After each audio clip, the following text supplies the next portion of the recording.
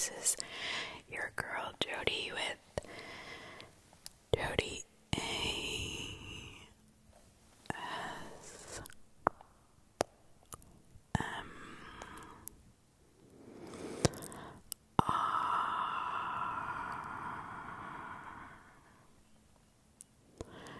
And tonight we are going to be reading Borrasca.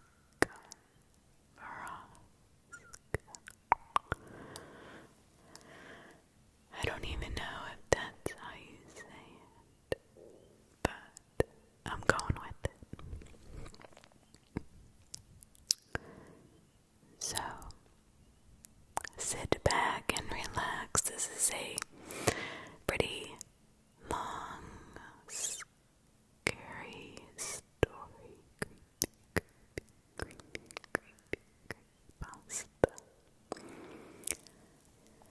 So I just wanted to thank everybody for coming to my channel for the first time or coming back to my channel. I appreciate and love you all. Do help get me to hopefully 5 if not 10,000 subscribers by the end of the year. Hit that subscribe button. It would help me out so much and push out my whispered versions of Creepypasta out to more people.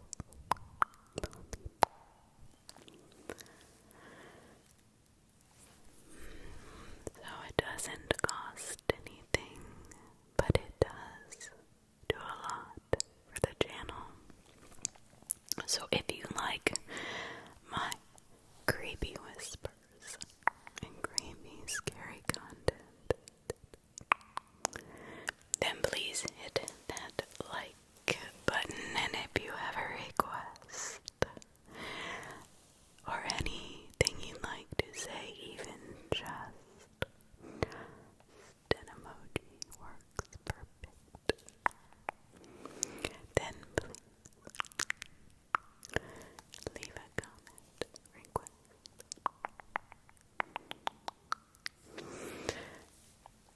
And let's begin. Borrasca.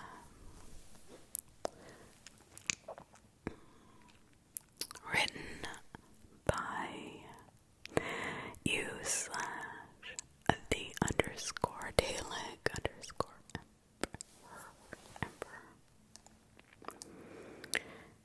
The Dalek Emperor.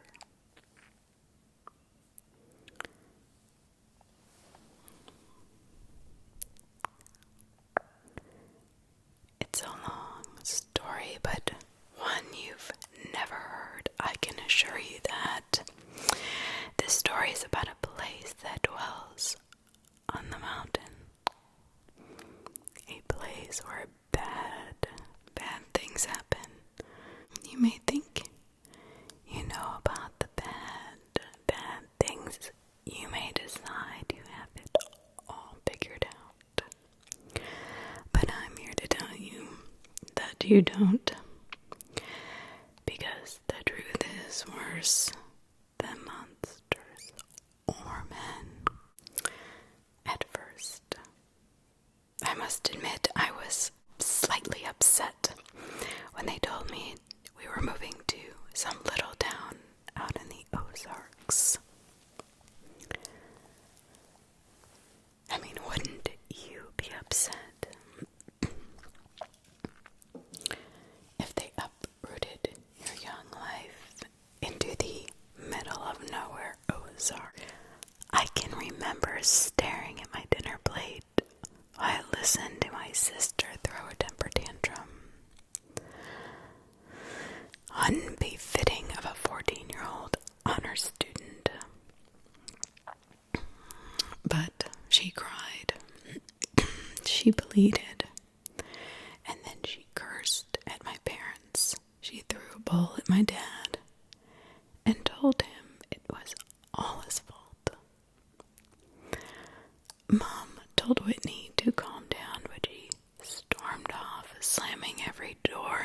house on the way to her bedroom. Honestly, I must admit, secretly, I did blame my dad as well. I had heard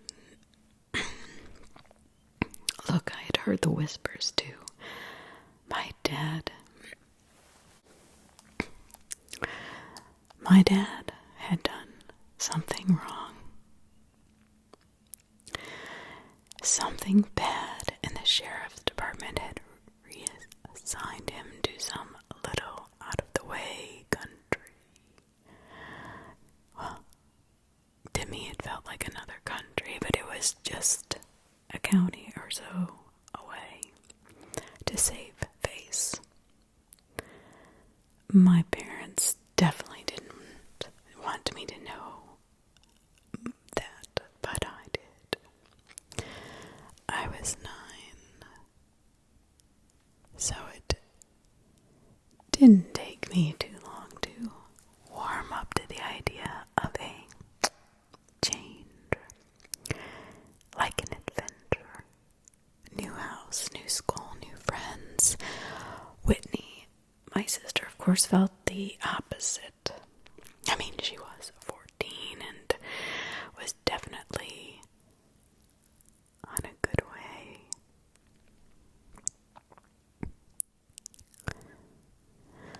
Moving to a new school at her age is hard. Almost impossible for most 14-year-olds that are well acclimated to their place of living, their school, their friends. Moving a 14-year-old away from her new boyfriend, however, was even harder. Unfortunately, while the rest of us picked up our things and said our goodbyes, Whitney sulked and cried and threatened to run away from home. But a month later, when we pulled up to our new house in Drisky, Missouri, she was sitting right next to me, texting viciously on her phone. Thankfully, we moved over the summer and I had months of free time to explore the town.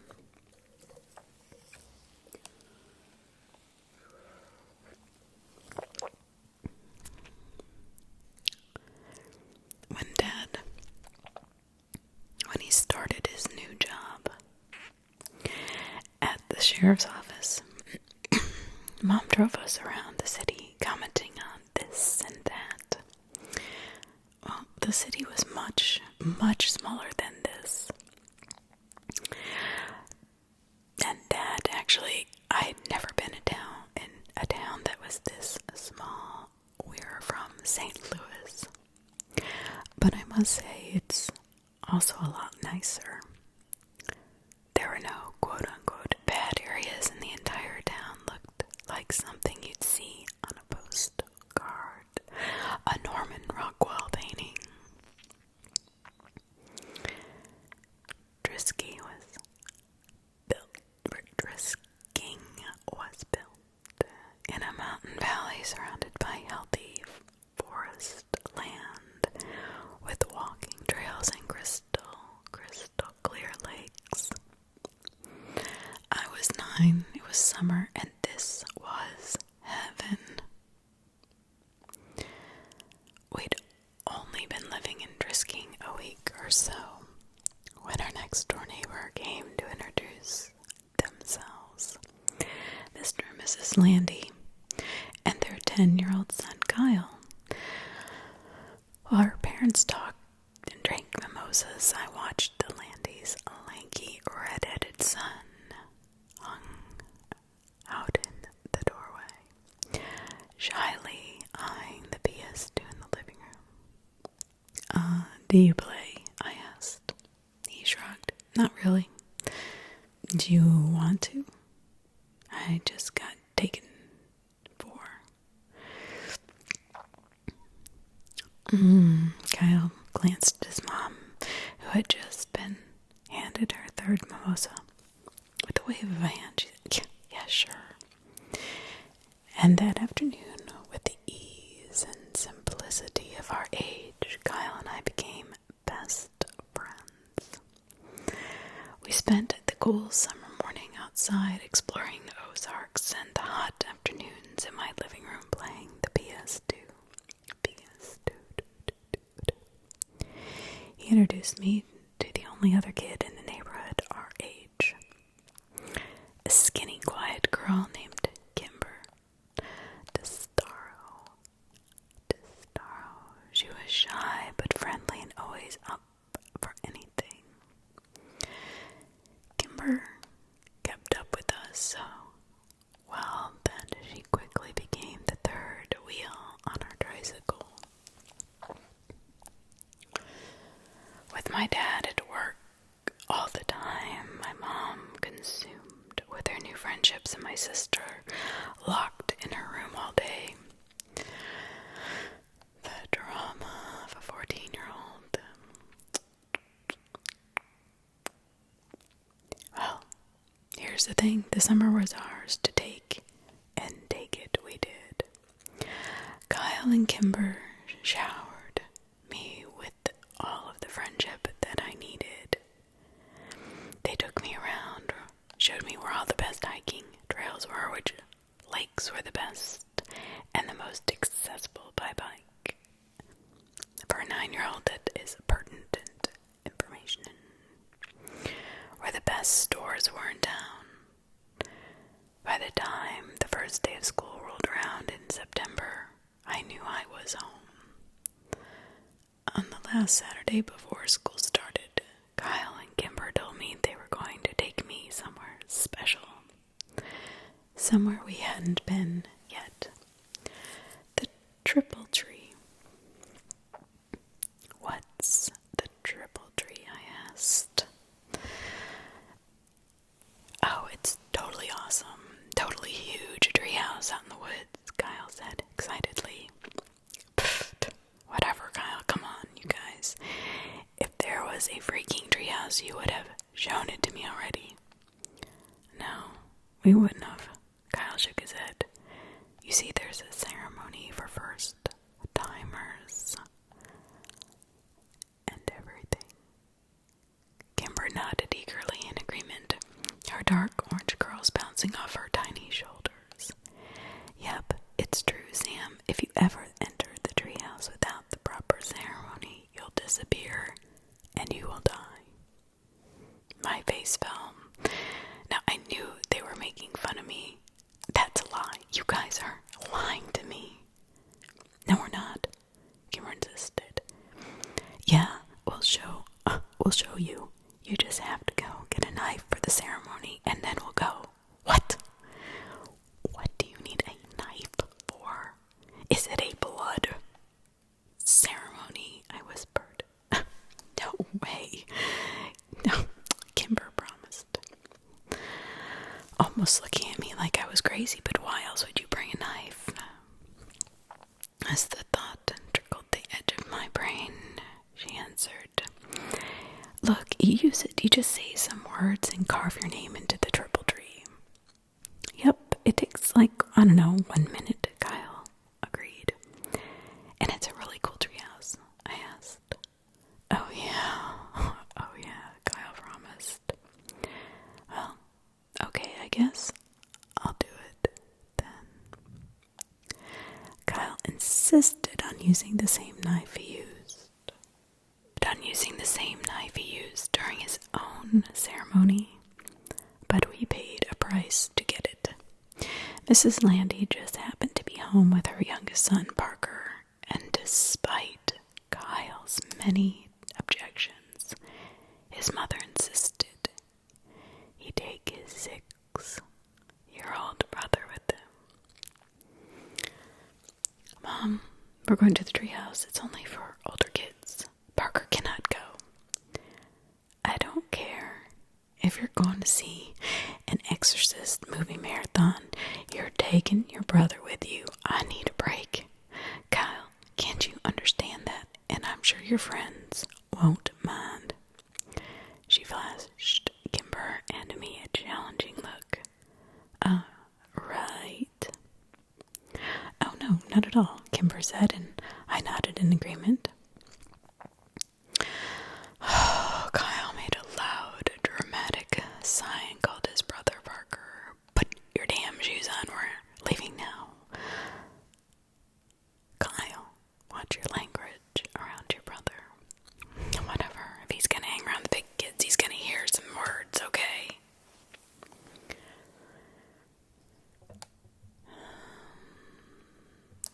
I'd met the youngest Landy several times before and found that he was unlike the older brother in looks as in disposition, where Kyle was a wild, excitable fireball with hair to match. I found Parker to be anxious, fidgety, and a boy with small eyes and dark brown hair. We got on our bikes and made our way to a lesser-known hiking trail a few miles away. I'd asked before where the trail led when we'd ridden across it several weeks before, and Kyle had given me the underwhelming answer of, nowhere interesting. We pulled up to the trailhead and leaned our bikes against the wooden sign posted, which we read, West Rim Prescott or Trail. Why do so many trails around here have a name like Prescott in them? I asked inquisitively. Is this Prescott Mountain or something? No, dummy, Kimber laughed. It's because of the Prescotts. You know, the family that lives in the mansion up on Fairmont. Mr. Prescott and his son Jimmy own, half the businesses in town. Ugh, more than half, Kyle agreed. Which ones? Does he own the GameStop? The only store in Drisking I really cared about, quite honestly. I don't know about that one, Kyle. Wanda locked around the 4 bikes and clicked the bar, clicked the bar into place, and then spun the numbers on the lock dial to secure it. But like the hardware store, the pharmacy, Clinton's on 2nd, and the newspaper. Did they start this town? I asked. Nah. Mining started the town. I want to go home. Parker had been so quiet I'd completely forgotten he was there. You can't go home, Kyle rolled his eyes. Mom said I had to bring you. Now come on. It's only like a 2-mile walk. I want to take my bike, Parker answered. Too bad. We're going off trail. I don't want to go. I'll stay with the bikes. Don't be such a sissy. I'm not. Kyle, be nice, Kimber hissed. He's only 5. I'm 6, Parker objected. Whatever, I'm sorry, 6. You're 6, Kimber smiled at him. Alright, fine. He can hold your hand if he wants, but he's coming. Kyle turned and started up the trail. Parker's face fell into an unidentified frown, but when the charming Kimber stuck her hand out and wiggled her fingers at him, he shook out of it and took her hand. Kyle was right. It wasn't that long of a walk, only about a half-mile down the trail and then another half-mile hike on a well-tread path up the mountain. It was a steep climb, and by the time we got to the top, where the treehouse was, I was winded. What do you think? Kyle asked excitedly. I studied the tree as I caught my breath. Yeah, it's pretty awesome, I smiled. And let me tell you, it was. They had not lied. The treehouse was the biggest I'd ever seen. This treehouse had multiple rooms, and there were actual curtains hanging in the windows. There was a sign above the door that said Ambercott Port, and a rope ladder hung below the threshold, missing several planks. "I'm going up first," yelled Parker, but Kimber caught his arm. "You have to do the ceremony first, or you'll disappear, she reminded him. "That would be fine with me," Kyle grumbled under his breath. I was eager to get into the fort myself. "Give me the knife." I held up my hand. Kyle smiled and dug the switchblade out of his pocket. "There's some space in the back to carve your name." I opened up the knife, walked around the tree, looking for an empty spot. There were so many names on the tree that I had to crouch down and look near the bottom since I couldn't reach any higher. That's when I spotted both Kyle and Kimber's carvings on the tree, and I literally found a spot I liked near the ladder. I bit my tongue and carved Sam W. into a blank piece of bark underneath someone named Paul S. Parker. Went next, but had so much trouble with the knife that Kyle had to do it for him. Alright, let's go. I ran over to the rope ladder. "Wait," Kyle yelled. "You have to say the words first." "Oh yeah, what are they?" Kimber sang them out. "Underneath the triple tree, there's a man who waits for me, and should I go or should I stay, my fate's the same either way." "That's creepy as hell," I said. "What does it mean?" Kimber shrugged. "Honestly, no one really knows anymore. It's just a tradition." "Okay, look, Kimber, can you say it one more time, but a little bit slower?" Once Parker and I had recited the poem, we were ready to go. I climbed the rope ladder first and took stock of my new surroundings. The treehouse was more or less empty, just a dirty rug here and there and some trash, old soda cans, beer cans, and fast food wrappers. I went room to room, 4 in total,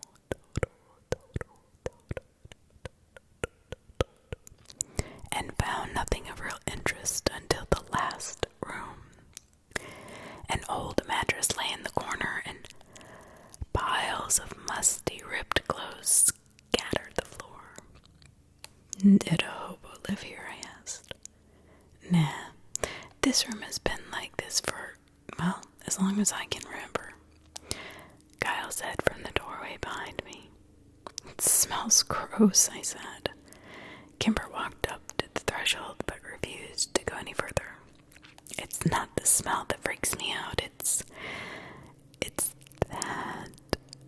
She pointed up at the ceiling, and I raised my eyes to read what was written there. "Road to the gates of hell, mile marker 1. "What does that mean?" I asked.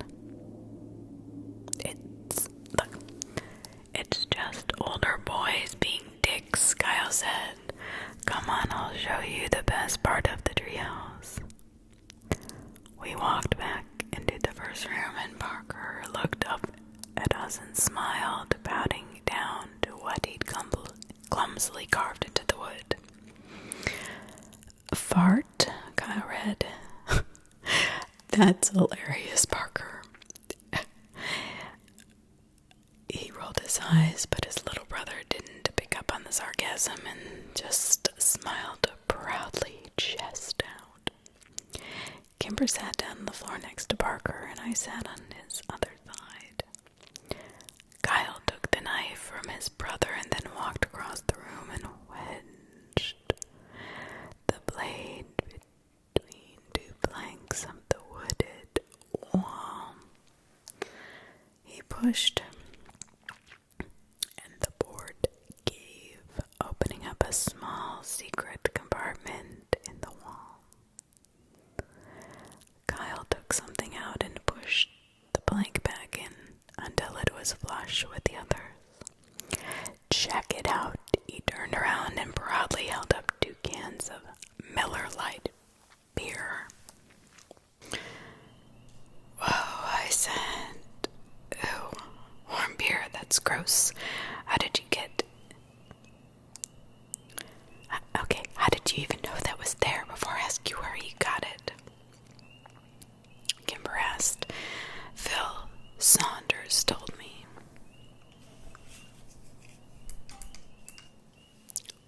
Turn off my fan. Really, Phil Saunders. "Oh, are you going to drink it?" I asked. "Hell yeah, we're going to drink it." Kat came down and sat in our circle, popped open the first beer and offered it to Kimber. She eyed it like he was trying to hand her a dirty diaper. "Come on, Kimmy, don't call me that," she yelled at him, and then reluctantly took the open beer.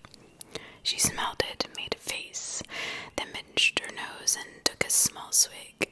Kimber shuddered. That was even more disgusting than I imagined. "I don't want any. I'll tell Mom," Parker said quickly as the beer passed in front of him to me. "Good, 'cause you ain't getting any," Kyle promised, "and you're not gonna tell Mom shit." I put on my best poker face and took a long, deep swallow of the warm beer before I had the chance to smell it. It was a poor decision, and when I retched, the foul liquid went all over my shirt. "Oh man, now you're gonna smell like beer." We spent the next hour and a half drinking the 2 cans of Miller Lite, and after a while the taste grew more tolerable, I guess, as it does. I couldn't tell if I was becoming a man or actually getting drunk. I'd imagine the latter. I hoped it was the former, but it wasn't. When the last drop of the last beer was consumed, we spent 20 minutes trying to determine if we were actually drunk. I mean, I don't know how anybody could get drunk on 2 cans of Miller Lite, but especially splitting it with 3 people, I mean, even kids. But I could be wrong. When the last drop of the last beer was consumed, and we finished our 20-minute conversation about if we were drunk or not, Kyle assured us that he was wasted, while Kimber wasn't so sure. I didn't think I was either, but I failed all our drunk tests, which I'm not sure how accurate they actually were. Kimber was in the middle of reciting the alphabet backwards when a loud metallic grinding suddenly pierced the calm mountain air like a gunshot. Kimber stopped talking immediately, and we spent a few minutes staring at each other, partially in wonder and the other part terrified, waiting for the noise to end. Parker curled into Kimber and put his hands over his ears. After what seemed like 10 whole minutes, the sound had ended as suddenly as it began. "What was that?" I asked, and Parker mumbled something into Kimball's sweatshirt. "You guys don't know?" I tried again. Kimber stared at her feet as she crossed and uncrossed them. "Well, it's nothing," Kyle said finally. "We hear it sometimes in town. It's really not that big a deal. It's just louder up here." Okay, great, I got that, Kyle. But exactly what is making this sound? Borrasca, Kimber whispered, almost inaudibly, without taking her eyes off her feet. What? Did you just say Borrasca? No. Borrasca is what we call it. Alright, this is getting creepy. Who's that? I asked. It's not who, it's where, Kyle answered. It's actually a place. Another town. No. It's a place in the woods. No. But bad things happened there, Kimber said, more to herself than me. Like what? I replied. Bad things. Yeah. Don't ever try to find it, dude, Kyle said behind me, or bad things will happen to you too. That word stuck out in my mind. Me too. But like what? What bad things? I turned around. Kyle shrugged and Kimber stood up and walked over to the rope ladder. Look, we better go. I have to get home to my mom, she said. She climbed down the ladder one by one and then started to walk back to the trailhead in an unfamiliar, uncomfortable silence. I am dying of curiosity over here about this Borrasca, but couldn't decide if I should ask anything, what I should ask about it, or maybe even I didn't want to ask about it. But I was 9. So, who lives there? Where? Kyle asked. Borrasca. The skinned men, Kyle Parker answered. Kyle laughed. Oh, babies believe that. Like men who are skinned, like their skin is gone? I asked excitedly. Yeah, that's what some kids say.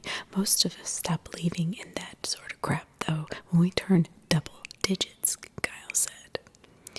I looked back at Kimber, who was still 9, like me, but she was staring down the rail, ignoring us. That seemed to be the end of the conversation, and by the time we reached our bikes, the awkwardness was gone, and we were returned to our giggly, euphoric state of trying to decide if we were too drunk to bike home. School started 2 days later, and I completely forgot about Borrasca. My dad pulled up to the curb to drop me off. That morning, he locked the doors before I could get out. Not so fast. And then he laughed. As your father, I get the privilege of giving you a hug and telling you have a good first day of school. But Dad, I gotta go meet Kyle by the flag before first bell. Oh, son, and you will. I promise. But first, just give me a hug. In a few years, you'll be driving yourself to school. Let me be your dad while I still can. Fine, I said, exacerbated, and leaned over to give my dad a big hug.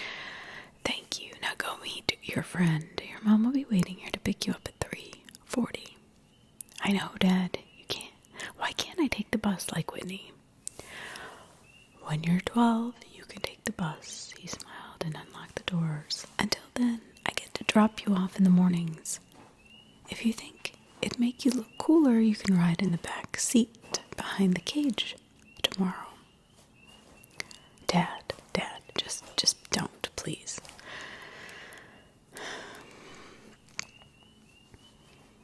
I threw open the door. I threw open the door of his cruiser just before he could say anything more and ran as he laughed hysterically behind me. Kyle was already waiting for me at the flagpole, and he'd found Kimber too.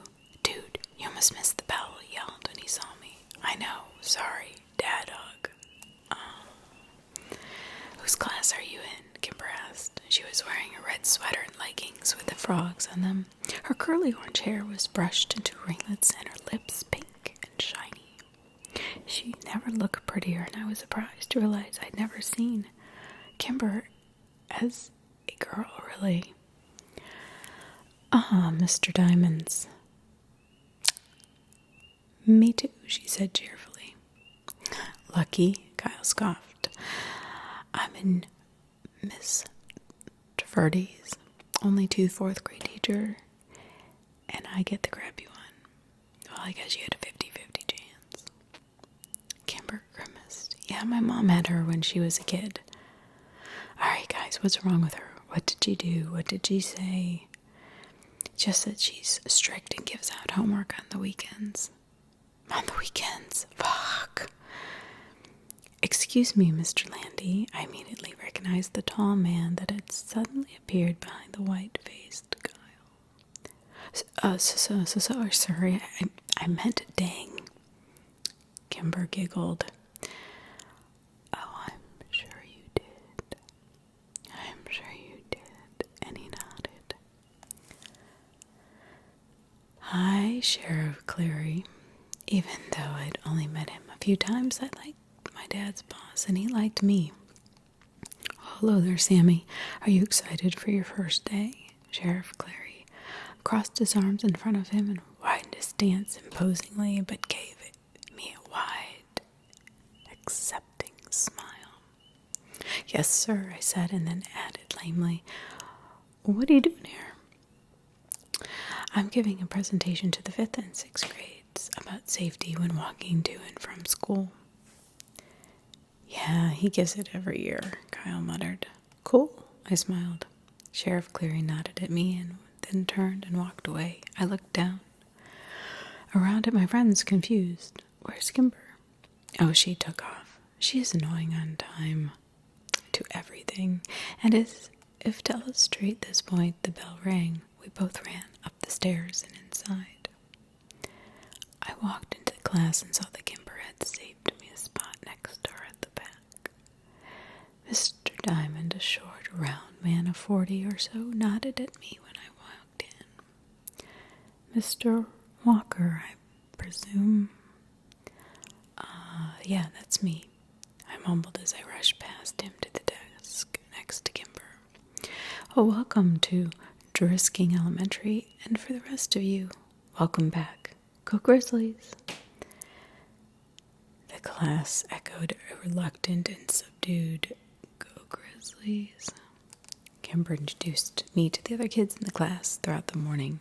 Most of them were pretty nice, sort of underwhelmed by me. They said their hellos and asked where I was from, and the conversation usually ended with an unimpressed, okay. A group of girls who sat near the front snuck looks at us all morning, and I snickered.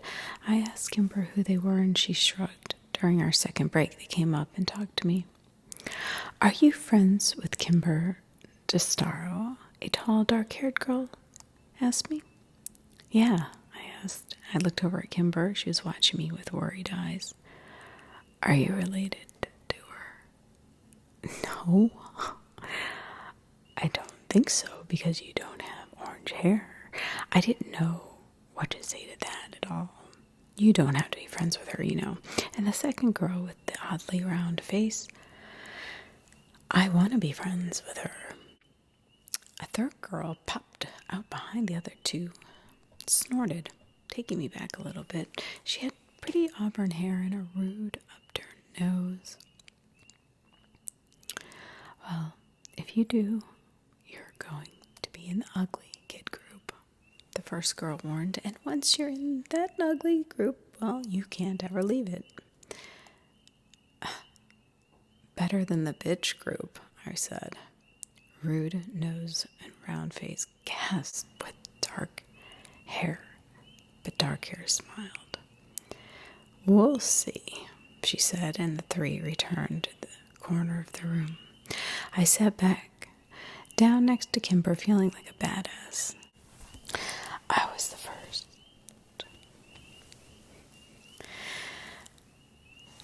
that was the first time I'd ever used a swear word in front of anybody other than Kyle. What did they say to you? Kimber asked, with that worried shaking in her voice. They said you're too pretty to be near them and that you make them look gross, so we have to stay away from them. Liar, Kimber answered, but I could tell she was smiling. We met Kyle in the cafeteria at lunch, and he had nothing but bad things to say about his morning. Mrs. Traverty was old and mean, and she made everyone come up and say something about themselves, even though the class only had 14 kids, and they all knew each other. When the bell rang for recess, I went to throw my lunch away with Kyle, and I bumped into a kid I hadn't seen before. Hey, are you Sam Walker? The kid asked. Yeah. Oh, your sister's dating my brother. Oh, man. Kyle laughed. Your sister's dating a Whitaker. Shut up, Kyle, the kid grumbled. She's going to be Whitney Whitaker. As funny as it was, I couldn't help but be a little surprised. Not that I had been paying attention, but I'd only seen Whitney out of her room once since the summer started. Where did she meet him? I asked. The Whitaker kid. I don't know, probably at his job. Where does he work? He works at Drisking Water. It didn't make any sense to me, but I shrugged it off. I did remember my mom giving Whitney some menial tasks, getting the car washed, setting up some utilities to get her out of the house. Maybe she met him once they started, dating over text. Teenagers were weird. I wasn't looking forward to becoming one. The rest of the school week followed much like the first. We were well into the first month when I heard someone mention the skinned man again. The skinned man again. We were out on the playground and Kyle and I were trying to start a fire with 2 large wood chips. I'd just given myself a splinter when the distant sound of metal grinding on metal flooded over the playground. Silencing, everybody around us. Borrasca, I said in awe. Yeah, said Phil Saunders. The skinned men kill again. Hey, Kyle said only babies believed in skinned men. I threw an accusatory look at Kyle. They do. Phil is just stupid. I am not, asked Danielle. She's seen them. Phil scanned the playground and then yelled at the blonde girl talking to Rude Nose. Hey, Danielle, come here. The blonde girl rolled her eyes but came skipping over anyway. What do you want? I told you Kayla doesn't like you, Philip. No, that's not what I called you over here for. Tell them about the skin, man. Phil gestured to the air around us, which was filled with the metallic scraping coming from down the mountain. You tell them. No, you saw them, so you tell them. I didn't see them. Paige saw them. Oh, Phil said in an uncomfortable silence descended. You guys are weird, Danielle said before flipping her hair in our faces and leaving. Who's Paige? I asked when she'd gone. Her sister, Phil said. Paige disappeared when we were like 5, Kyle said. After she saw the skinned men, Phil added. The sounds from the mountain abruptly ended and the subdued atmosphere of the playground disappeared with it. When the bell rang, Kyle lined up in his glasses, and since Phil was in my class, I made sure I was right behind him. The teachers began to get us up. Hey, what else do you know about Borrasca? I whispered. Look, my brother said that's where people go when they disappear, to Borrasca. That's all I really know, man. Just bad things happen. I As the year dragged on, it wasn't until Christmas break that I heard the machine at Borrasca again. It was December, and there was a thick blanket of snow on the ground, which only served to amplify the noise from the mountain. I sat in my room, listening to it for a while, eagerly trying to decide what exactly was happening in the place. That bad things happen.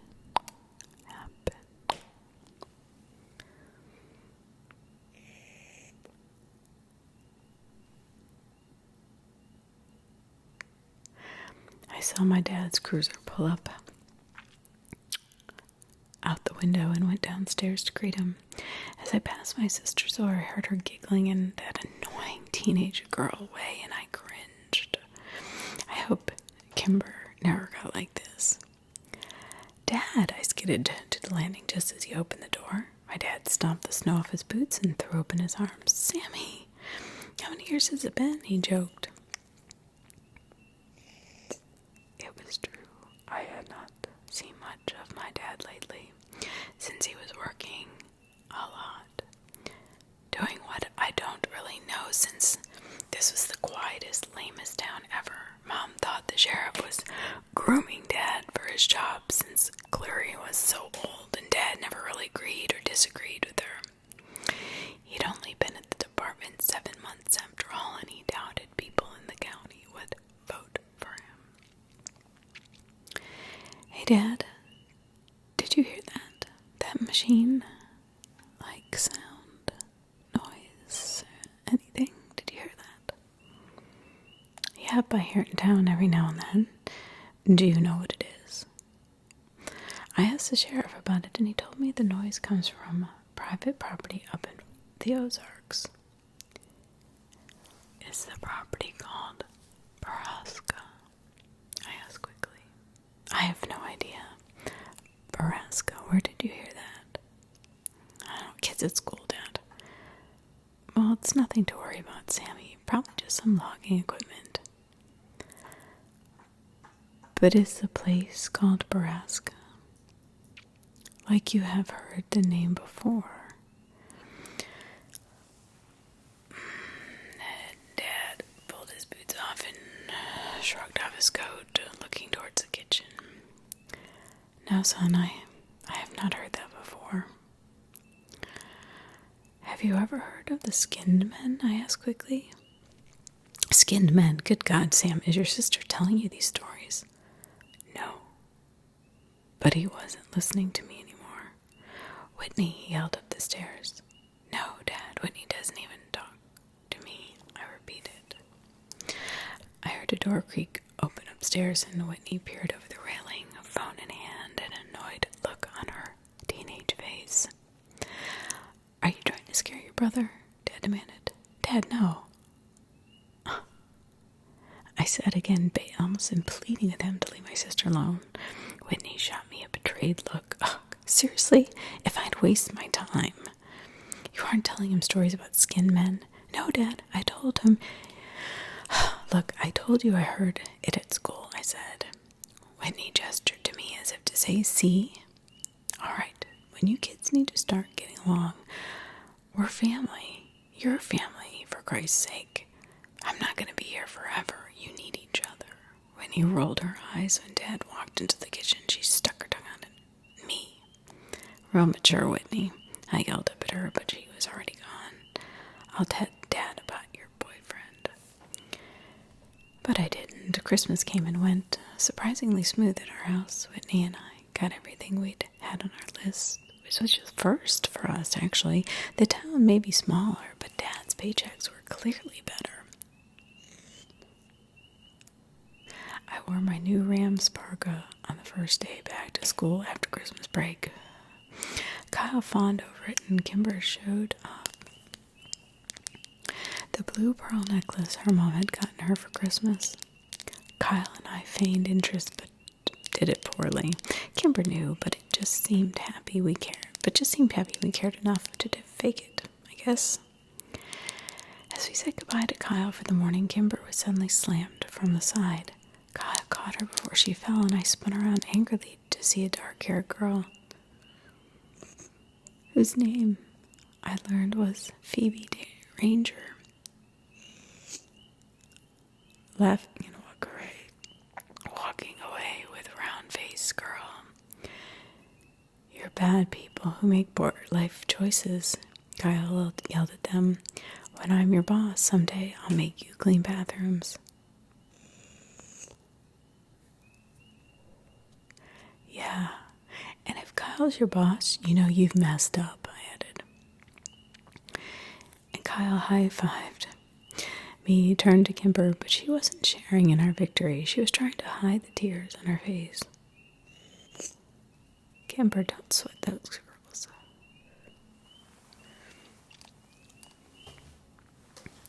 It's not worth it. Those girls are nothing.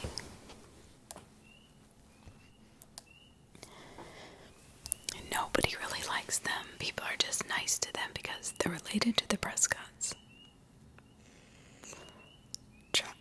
Kai was trying to give his best speech, but it wasn't working, I don't think. I know he tried to give her an awkward pat on the back, but Kimber turned away from him and ran in the opposite direction. "I hate those girls. Like, I really, really hate them," I said. "I know, they're bitches," Kyle answered, mouthing the last word as he looked over his shoulder for any lurking adults. "Well, I better get to class and make sure they don't try to talk to her again."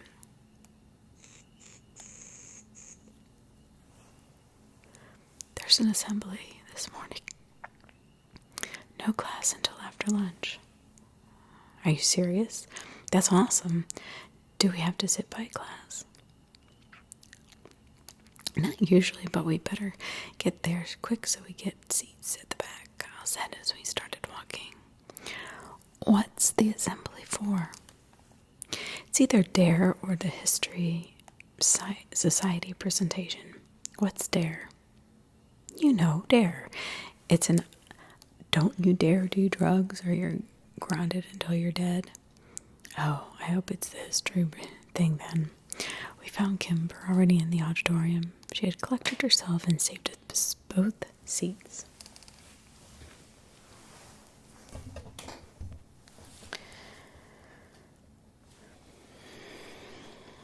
Saved us both seats. She waved us over just as the puffy, stern Mrs. DeVerde walked onto the stage. "Hello, fourth grade students. This morning we have a special presentation for you from the Historic Preservation Society of Drisking. If you have questions during the course of the lecture, please raise your hand." "Like that'll ever happen," Kyle laughed. "Now I'd like to introduce you to Mr. Wyatt Dowding, Mrs. Catherine Scanlon, and of course Mr. James Prescott." "What? Jimmy Prescott? And not his dad? Oh, that's really weird." Kimber whispered.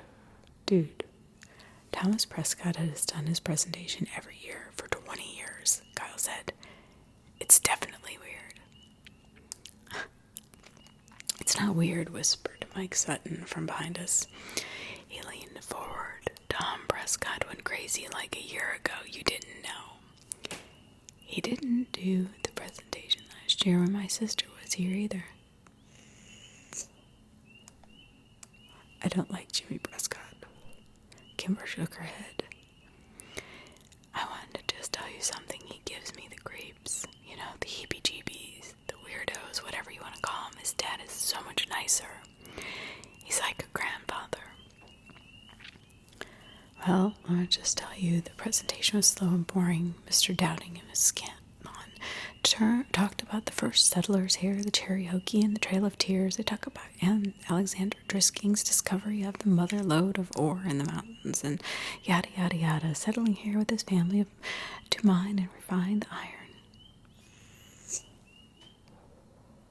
And when James Prescott took the stage from where to tell the story of his family's early journey to the town and their role in the revitalization of Drisking itself in the late 50s. The last part, I must say, was the most interesting of it all, and I found Jimmy Prescott to be infallibly charismatic and entertaining. I was so busy laughing at his jokes and hanging on his every word that by the end of his presentation I realized I'd actually learned quite a bit. So much so that I was interested enough to ask a question which Kyle warned was committing social suicide. Social suicide. Come on, man. Whatever. Mr. Prescott scanned the room and answered a few questions before he finally got to me at the back. Yes, sir, you in the back. Mr. Prescott, why did the mine close? Like, what happened? I asked. Very good question, young man. What did you say your name was? Sam Walker. I believe I met your father the other day at the sheriff's office. Young man, welcome to Drisking. As for your questions, most of the mines were closed in the 50s. I'd say early 50s, 1951, after a long period of unprofitability. The mountainheads simply ran out of iron ore. The mills and refineries were abandoned, and the town suffered for years. The miners and their families moved away. Stores went out of business. Schools closed, and Drisking became a ghost town. What would have been the end of it if it weren't for stubborn families like mine who refused to leave? We refused to give up the town after many, many years of handing hard work over and over to build this town. Drisking became the picturesque little haven in the Ozarks that it is today. I hope that answers your question. I sat back down and Kyle shook his head. The assembly suffered through another 15 minutes of awkward Q&A until Mrs. Traverty finally cut us loose. We were released into the cafeteria to wait for the lunch lines to open. Kyle, Kimber, and I sat in our usual corner. Oh my God, that was so boring, Kyle whined. When are they going to figure out that no one cares about Drisking's history? Seriously, I fell asleep like 3 times. Kimber nudged me. Sam, do you care? He certainly seemed to care, she teased. Well, I just honestly wanted to know more about the mines. Miners and mines and like what happened to them. It's all very creepy, I guess. Yeah, but all our mines were blown up. You can't go in them anymore, Kyle said. Blown up? I asked. Kimber nodded. Yeah, some kids died after going into the mines, so the city set off some controlled blast to implode the caverns. At least that's what my mother told me. They mussed up, though, and I heard they blew up the water table or poisoned it or something. What? How do you know that? Kyle asked. Kimber shrugged. I heard my dad talking about it. Did they use C4 or something? I guess. So, like, we all drink the water, so we all have C4 in our bodies and we could explode at any minute, Kyle said excitedly. Do you think that's what happened to all the missing people, I asked? Just sitting there and one day, boom? Yeah, dude. Kyle grabbed my shoulders, and that's where the skin men came from. I made the international symbol of mind blown, and we laughed hysterically. You guys are so dumb. Kimber rolled her eyes, but then she laughed when Kyle fell on the floor, pretending he was exploding. I remember thinking that in that moment, I was happy here in Drisking, Missouri, with these 2 people. Happier than I'd ever been anywhere else. Anywhere else. It was the last true truly happy moment I ever had in my life, because less than an hour later, Mr. Diamond's phone rang and he exchanged a few quiet words with the person on the other end, his eyes flicking to and from my desk. It was hard to be surprised then when he hung up and asked me to come to the front. When I got there, he told me my mom was waiting for me in the office and I was going home for the day. I traded a confused and worried look with Kimber and then packed up my backpack and went to the office. When I got there, my mom was crying. We drove home in a straight silence. I was too afraid to ask what was wrong. My mom parked a car block from her house, which was blocked by several police cars. When an unexplained explanation didn't come, I broke the silence myself. "Is it Dad?" I asked quietly, holding back tears. "No, honey, Dad is fine," she whispered. "Then what happened?" "Whitney never made it to school this morning. Her voice broke over my sister's name. "Oh no, Mom. I think she ditched," I said quickly. "I saw her leave this morning and it was really early, like 6, and she was with her friends, Pete Whitaker and that kid Taylor." "We know all about that, Sam. But they made it to school, and Whitney wasn't with them. They said she wanted to stop by the Circle K near Drisking High, so they left her there, and no one has seen her since." Well, my brain struggled to come up with an explanation. Maybe she's ditching. "No, honey." My mom put the car back in drive and drove up to our house, parking behind a police cruiser. "The police, as well as your father, think that Whitney is with Jay. But she has a new boyfriend here. We found all her books on the floor of her room this morning and half of her clothes gone, along with some cash of your dad's. But right now we think that she has hitched a ride to St. Louis, and that's where she's with Jay. The sheriff's office is trying to contact the boy's parents now." "Whitney? Run away?" Anyone who knew my sister knew she was prone to dramatics and empty threats. Plus, she was dating Chris Whitaker's older brother, Pete. I was sure of it. We walked up the steps into a house filled with stale coffee and quiet murmurs. I tried to remember if Whitney herself had actually confirmed she was dating Pete, but I drew a blank. When I walked into the kitchen, I saw my father sitting at the table, staring at the phone records and head in his hand. He looked up when I came into the room and gave me a weak smile. "Hey, buddy." "Dad, I have to tell you something." I felt a heavy hand on my shoulder and turned to look up at a solemn Sheriff Cleary. "Everything and anything you might know, son, no matter how trivial you think it is." I nodded and sat down at the table with my dad as my mom handed the big man a cup of coffee. "Here you go, Sheriff," she said weakly. "Please, Mrs. Walker, call me Killian." My mother nodded and retreated back into a darkened corner to talk quietly with Sheriff Cleary's wife, Grace. "What do you know, Sam?" my dad asked as he rested his chin on his hands in a mock symbol of prayer, as though I may deliver him from this suffering he is going through.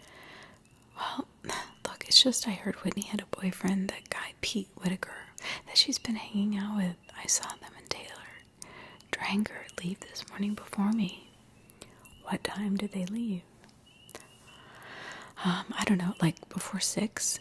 He nodded. "That matches the statements of Taylor and the Whitaker boy."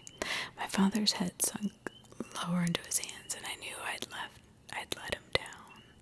But I rushed. "I don't think she went back to St. Louis because she was dating Pete, and I don't think she wanted to be with her boyfriend back home anymore." "I understand that, son, but a teenage girl's mind is a complicated place.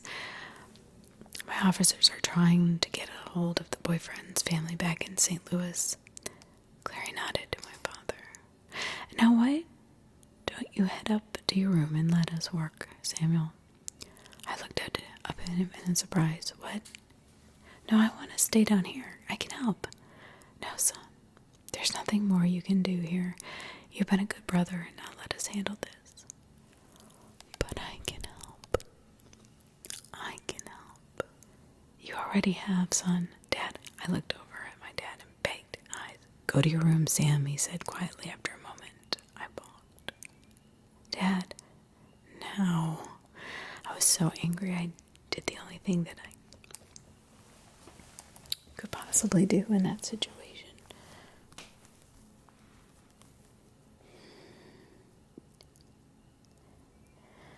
I didn't know what to do, but it's the only thing I could do. I stomped upstairs, slammed the door, then sat in my bed in disbelief. The tears came then, and I lay there, feeling helpless, worthless, and scared for my sister. I thought about all the places Whitney could be when she was scared, when she was alone. Was she dead?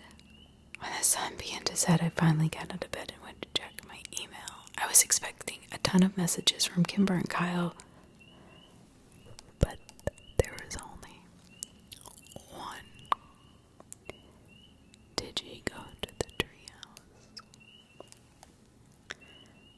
I sat staring at the computer screen for almost a minute. Kimber's words were last fall echoed in my brain. If you enter the treehouse without the proper ceremony, you will disappear and you will die. I didn't buy that shit. Whitney had gone to Circle K that morning, and I especially didn't believe that she'd hitchhike out of town. Nothing they were saying downstairs made any sense if you knew my sister. But maybe this did. Maybe she and her boyfriend went to the treehouse to make out or something, and maybe he'd left her there. Maybe she'd gotten lost, or maybe the skin men had found her. That was worst thought of all.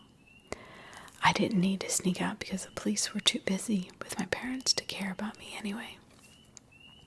I snuck my bike out of the garage and rode the 3 miles through the west rim of Borrasca toward Hill. When I got there, I saw 2 bikes already locked to the signpost and my 2 best friends sitting in the snow next to them. I knew you'd come, Kyle said when I pulled my bike up, and Kimber ran up to me and gave me a hug. I'm so sorry, Sam. Honestly, there was really nothing for me to say, and they didn't push it. Kimber took my arm, and we stared up the trail. The silence between us was sketched, but uncomfortable. We trudged through the snow, and all the while I searched for telltale signs of footprints of others, but the snow was coming too fast. The hike up the mountain was harder and wetter than when we'd come in the fall, and when Ambercott Ford finally came into view over the ridge, it was already becoming light outside. The sun was getting low, and we had not brought flashlights. I fell as I ran up to the tree, calling my sister's name to the quiet wind.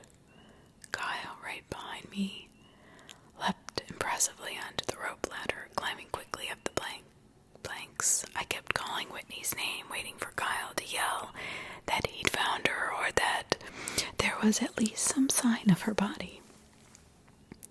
And then I heard Kimberly quietly say my name from where she stood at the triple tree.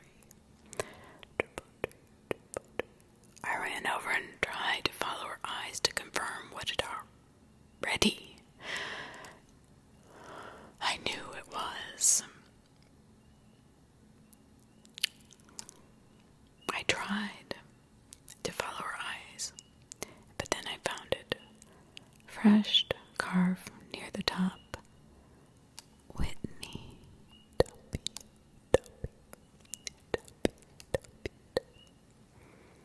My breath froze in my chest, and my vision blurred with unwelcoming tears, and as the sun took its last desperate breath before plunging into the deep of the horizon, a deafening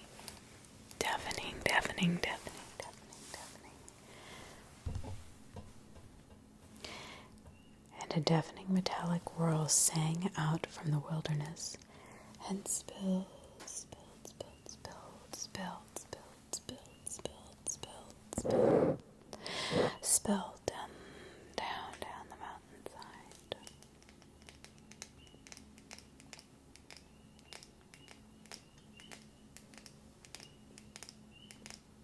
Part 2.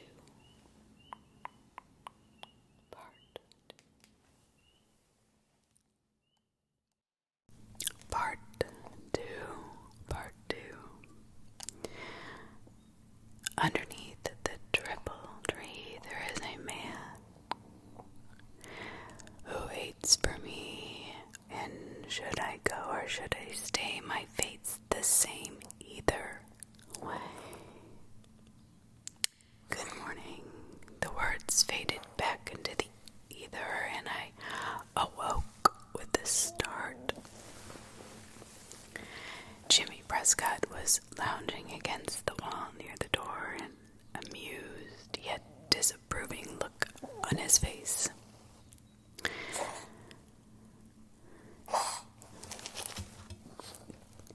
Shit, man, sorry, Mr. Prescott, I didn't hear you come in. You know, I worked here when I was a kid, too. I installed the bell on the door for this very reason. Didn't seem to wake you up, though, he laughed. I mumbled another apology and idly straightened a stack of business cards in front of me. Late night? Kind of. I hope you weren't out at the bonfires with all the other underage drinkers last night.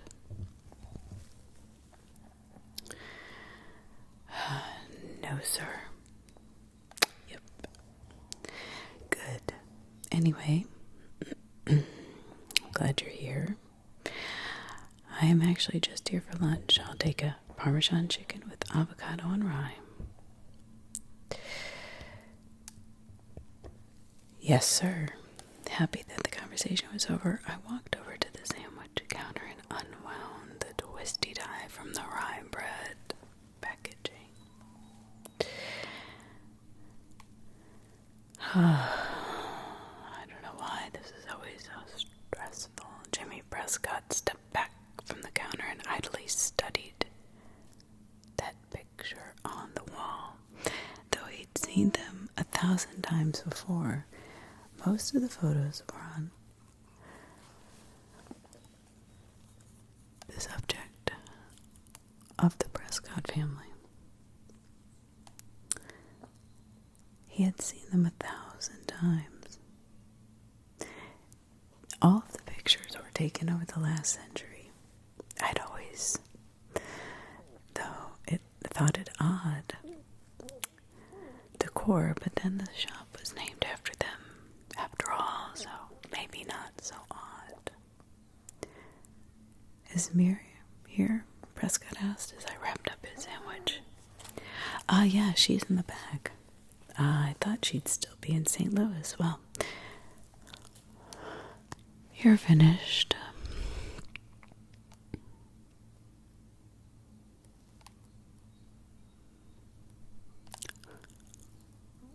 Would you mind getting her for me?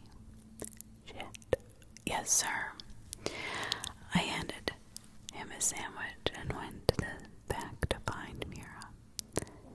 She was in the office, furiously punching the keys on her accounting calculator. Mira, Jimmy Prescott is out front. He wants to talk with you. She turned and gave me a dubious look. Did he say, what about? I shook my head no. Okay, she sighed. I could tell she was a little bit annoyed that she had to stop what she was doing to go speak with the man. Sam, you can go home for the day. But are you sure? I still had 3 hours on the clock. He's the only customer we've had since we opened don't worry, I'll pay you for a whole day, kiddo.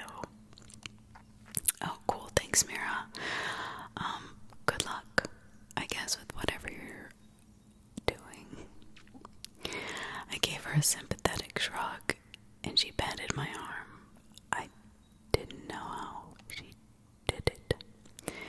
Mira was perhaps the most burdened and stressed out woman in all of Drisking, but she never failed to be unbelievably kind. There was a hopelessness about her, a sadness that she hid very well. I left the store out the back door so I wouldn't have to encounter Jimmy Prescott again. His weird yellowed amber eyes also set me on edge, not to mention he was a total tool.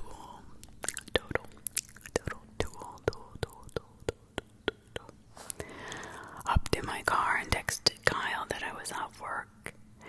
He immediately answered and told me to come meet him. I happily whipped my apron off and headed through the car into reverse. Crystal Lake was my favorite place in all Drisking. Crystal Lake. I had to park almost a mile away since the lake was so packed. I eventually found Kyle and Kimber sitting on a rock that jutted out over the beach. Kimber was sunbathing in a blue floral bikini, and Kyle was wearing his no one can tell where my eyes are looking sunglasses. Creepy and a little pedo if you ask me, but he liked them. I always told him everybody knows you're looking at them. Why do you even bother to wear them? It just makes you creepier. What did I miss, guys? I asked, sitting down next to Kimber. Not much, she answered, stretching and sitting up. Just beer. More beer. She dug into the cooler behind her and tried to hand me a Blue Moon. Ugh, no way. I waved it off. Got any Excedrin? Oh no, Kinder gave me her I'm so sorry pound.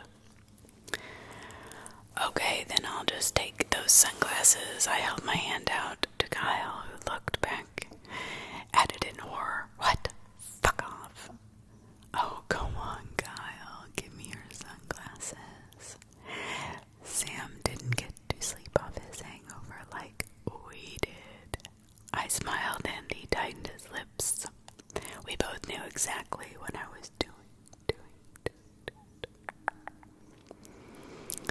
Kimber stroked Kyle's arm in encouragement. Please, she asked. Fine, he said and shoved the blue blockers at me. Remember those ones you could buy on Sunday morning or late Saturday night on those infomercials? Those were the sunglasses. I put the blue blockers on and sat back, turning my head to watch the girls on the beach below. I didn't say I was any less of a pervert. I was just saying he looked like a pedo, that's all. Phoebe Dranger, dark-haired girl, was there lying on a towel next to round face and giggling. It still seemed unnatural for me to see the two of them without rude nose. The three had been inseparable, working as a fluidity together, as the gears in a watch, until Christy had fallen in love with some college kid and ran away. Kyle asked out of kind of nowhere, so why do you get out of work early anyway? Prescott came in. Ew, Kimber squirmed. He totally freaks me out. He's been staring at me like that since 5th grade. Next time he stares at you, let me know and I'll knock the shit out of him. Kyle had always been very protective over Kimber, but ever since they'd started dating, it got 10 times more unbearable. Kimber winked at him. So what did he want, Sam? He wanted to talk to Mira, probably about the sandwich business should have been closed years ago, but it wouldn't even dream of it because the Prescotts are stubborn and vain, Kyle said. Yeah, that's probably it. I mean, she looked pretty worried.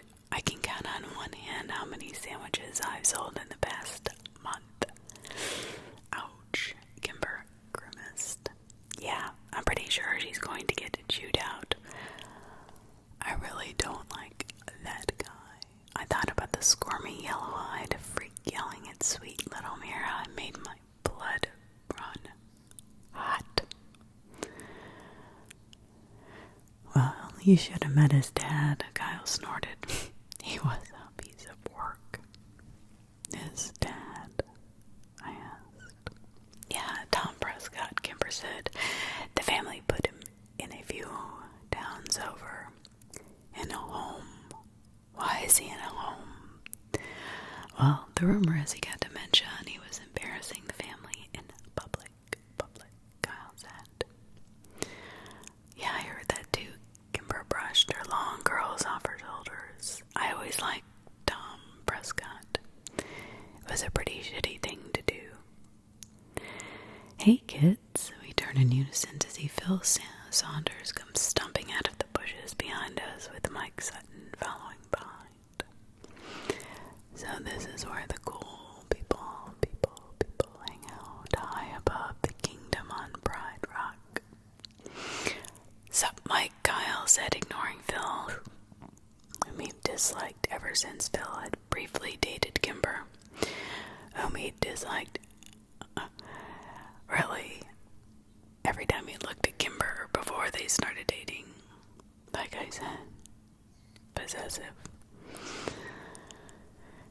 Phil was either unaware or uninterested in Kyle's feelings. Of course, that may have also been because Phil was stoned out of his mind most of the time, and now was no exception.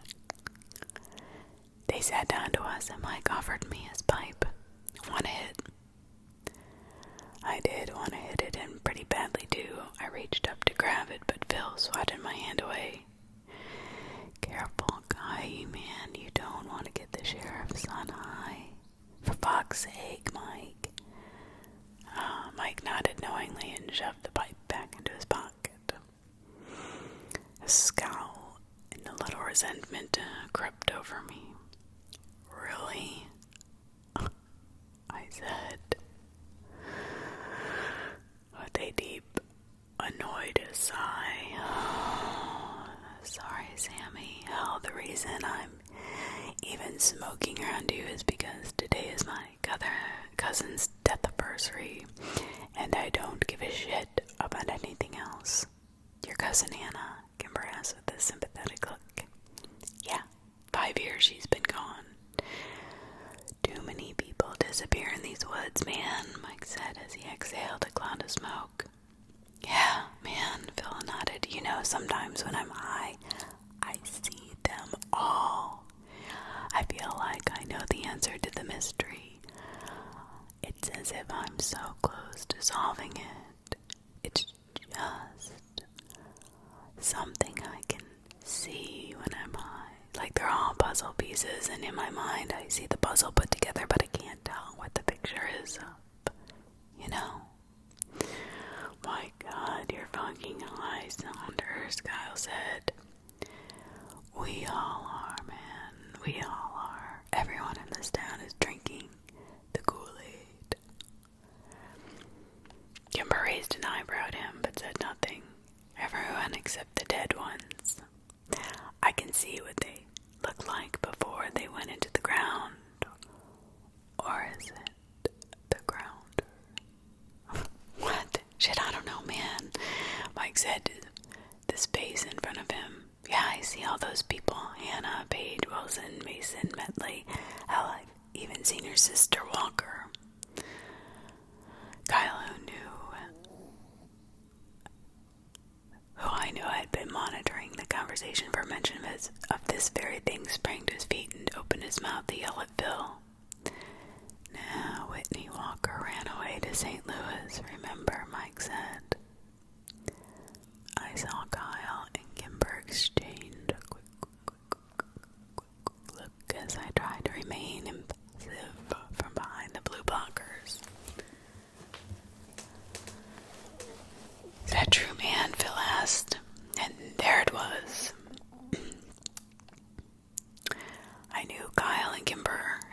always wondered what I thought about Whitney and if I'd ever accepted the official statement that she and Jay had run away together. They were kind enough not to bring it up, but I knew they wanted to know what I believed, what I thought had really happened. I loved them both and I wanted to talk to them about it, but I just couldn't. Everyone thought that I'd spent the last 7 years quietly grieving and that I'd put the incident behind me. At least that's what I tried to show them. The truth was that I'd never given up on Whitney. I'd waited years for Jay to show up on social media, and when I finally found him last year, I'd been devastated. I'd always hoped the official report was right and that Whitney was somewhere far away from here, alive and happy and free with Jay Bauer. But this MySpace page showed a thriving teenager still living at home with his parents. His ex-girlfriend, Whitney, the furthest thing from this kid's mind. When I brought the evidence to my dad, he read the pages I'd printed off and then shut the door to his office with me on the other side. I'd heard him crying in there for hours as I waited for him to reopen the case and bringing the smackdown on the Butler County Sheriff's Department. But justice had never come. Never come. And we mentioned Jay Bauer again. Never. For whatever reason, I never told Kyle and Kimber about any of that. Maybe it was because I was worried they'd blow it off like my dad had, or maybe, and far more likely, I didn't want them to know how obsessed I'd become with the Borrasca and the skinned men. I knew as assuredly as the sun would rise tomorrow that Whitney's death had happened at the place. Just like all the others who'd gone to the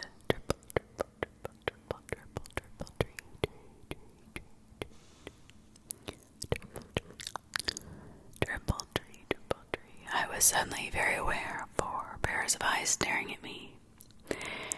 Yeah, it's true. She ran off with this guy, Jay, from our hometown, I answered. That was enough for Kyle. Alright, guys, seriously. He's a sheriff's kid. What do you think he's gonna happen if he gets caught with weed? The little man is right, Phil. Let's bounce. I don't need any more trouble with the cops around here, Mike said. Later, Walker, Kimber, little man. Phil stood up, brushed off his pants, and jumped from the boulder onto the sandy beach below. He sprayed his hand all over a couple of freshman girls who squealed and called him an unthoughtful ass. Phil tipped his invisible cowboy hat to them and said, "Ladies," before walking off. Mike followed him down, and as I watched them make their way down the beach, I became aware of the conversation going on behind me. I didn't say I wanted to go. I said I had to go, Kimber said. It's only 2 o'clock and it's Sunday. I know, but my parents have been fighting a lot lately and I didn't want to leave my mom alone too long. I thought she was doing better. Kyle, a little, but she's still depressed.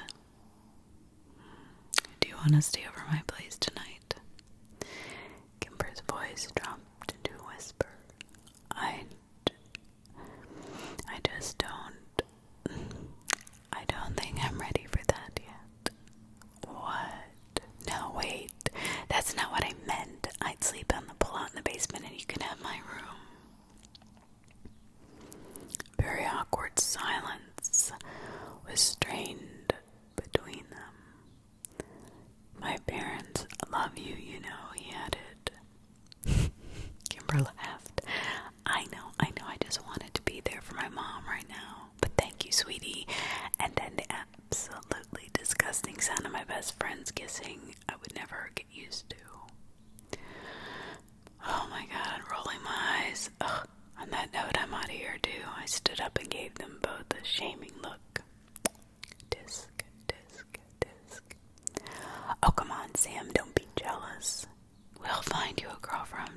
someday, Kyle joked. Thanks, guys, but I don't really need your help with that, I muttered, glancing down to the beach to where Amelia Adler was sunbathing. I'll see you guys tomorrow. Last week of school, Kimber yelled at my retreating back. Thank God. Tomorrow was the last Monday of the school year, and while I should have been thankful my sophomore year was ending, I wasn't.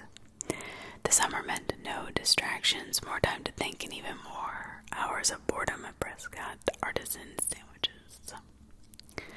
But I wasn't looking forward to tomorrow for any other reason besides it being Monday. It was also sophomore ditch day. My dad had caught on to that several weeks ago and warned me to set a good example and go to school that day. You know, sometimes I have to admit I hate being the son of a cop. Kimber and Kyle were sympathetic and had offered to share in my misery. I had, of course, said yes, much to Kyle's sadness. As I'd expected, my dad was waiting for me when I got home. We shared a brief, strained conversation about our respective days, and then he finally got into it. Remember, Sammy, we're cracking down on truancy this year. I want to see you at school tomorrow. Yeah, I got it, Dad. Thanks. And I hope I won't have to write a ticket to Kyle either. I sighed. It's just a tradition. Even the teachers sort of encourage it on Friday, they said. I don't care what they said or what other people do, Sam, besides the fact that I'm the sheriff and I'm also your father, and I want my son in school, period. Okay. Is this a joke to you? No, but I get it loud and clear. I can't control what Kyle does. Fair enough, but you can control what you do. I said nothing and Dad sighed. It's almost over, Sam. Just get through these last 5 days and you can be done with school for a few months. Fine. I walked out of the kitchen rudely, ending the conversation. I climbed the stairs and passed by Whitney's door on the way to my room. The light was on and silence was behind it. I knew my mother was in there. She was always in there. Doing God knows what, but I can't even imagine being a parent and losing a child. It made me so sad. I turned and walked to my own room, shut the door behind me, and locked it. The next day at school ended up being more embarrassing than anything else. There were a few other people that hadn't skipped. Maybe a total of 10 of us were in school, and the looks they shot at me made it clear that my dad was the reason they were there. Great. Kimber, great friend that she was, happily went to her classes like it was a normal day. Kyle attended all of my classes with me. The teachers who had been looking forward to an easy day couldn't have cared less if I was there or not. Just before lunch, an officer came around all the classrooms and asked for copies of the attendance sheets. Dad really wasn't kidding about cracking down on truancy this year. I was going to get shit from people all summer. At lunch, Kyle and I went to my car to smoke. Usually we were hidden by dozens of large pickup trucks, but today we were out in the open and vulnerable. I moved the car back to a shady corner of the parking lot, and Kyle pulled out his bowl. Did you text Kimber? I asked him while he hit it. I sure did, he said through tight lips as he let the smoke sit in his lungs and then blew it out all over my dashboard. She went home around the fourth period.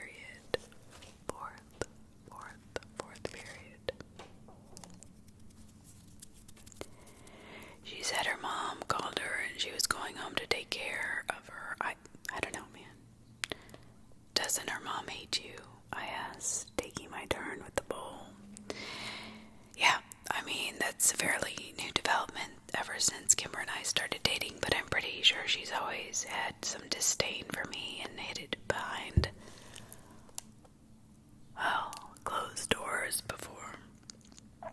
Now that she's all depressed, or whatever she is, she doesn't give a shit and makes it very well known she does not like me. Actually, it was really hard to picture anyone hating Kyle. Why can't Kimber's dad take care of her? I have no idea. I hit the pipe again. Hey man, let's not even go back today, Kyle said. You think? I asked. Yeah, I mean, you put in four periods. And the officer has already been around. I doubt he'll be back. You've been a good son, and Officer Dickass already came around and collected the attendance sheets. Dickass, really? You better. You're better than that, man. Officer asked Dick. You're a fucking baked, Kyle. Seriously, let's get the fuck out of here. I thought about it a second, and Kyle was right. I'm done with my duties as a good son. If I left now, I'd have enough time to GameStop before work. Screw it, I turned on the ignition. Kyle sat up in his seat and rolled down the window to clear out the smoke. Hey man, can you drive me to Kimber's? Sure, but how you gonna get home?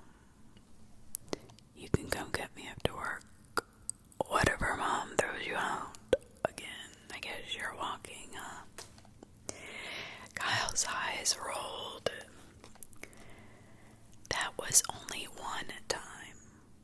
Why can't I just drop you at home and you can take your own car? Because I need new tires. New tires, of course. What Kyle really meant was that his insurance had lapsed and he didn't have any money for gas or to pay it. He had bought the car last summer after working double shifts at the convenience store for half a year. It was an okay car, newer, but I knew he'd only wanted it to impress Kimber. Something he'd vehemently denied. Had it worked? Honestly, not in my opinion. They started dating in the fall, and Kyle quit his job to spend all his time with her. A little obsessive if you ask me, but I'm not dating her anyway. Kimber didn't seem to like the kind of girl to be impressed by a Pontiac Bonneville, but Kyle was convinced that was how he won her over. I'm sure all the car had really done was given him the confidence to ask her out, and now that it is part of their romance ended, the car seat that once sat both of them now sits in the garage of the Landy home, collecting dust instead of memories. GameStop didn't have what I wanted, and neither did risking games and media. Since I had nothing else to do, I decided to show up to work early and hope that Mira would let me leave early too. I parked in front and walked in the door, unsurprised to see no one at the front counter. There were only 3 of us that worked at the shop, and sadly I'd never got to see the other girl, Emmeline, who worked on the days I didn't. This was really disappointing to me, since she was half the reason I'd applied there in the first place. I went into the back to tell Mira I was there and found her slumped over her desk in a pile of receipts and paperwork. This wasn't an unusual way to find Mira, but something seemed different today. I immediately felt a disturbance in the force, but before I could run away, she turned towards me and I saw I was right to flee. Mira was crying. Mira, are you okay? I'm sorry, she said quickly, wiping her eyes. Is it 4 already? No, know, it's only 2:15. I just thought maybe if I came early. All right, it's your ditch day. Mira wiped her eyes, only to have them fill with tears again. I don't understand, Sam. This store had been operating in the red ever since I was hired to manage it. What am I doing wrong? Honestly, I don't know. I offered lamely, the instinct to escape never stronger. No one comes here, ever, and Mr. Prescott refuses to let me put signs up to advertise. He says they're unsightly, but how does he expect me to pull in business? And I need this job, Sam. God, I must have looked like a frightened deer, because when Mira glanced over at me, she seemed to suddenly collect herself. Go ahead and go out to the front. I'll do your time card. She didn't have to tell me twice. I really liked Mira, and I hated seeing her like this. It was very disturbing.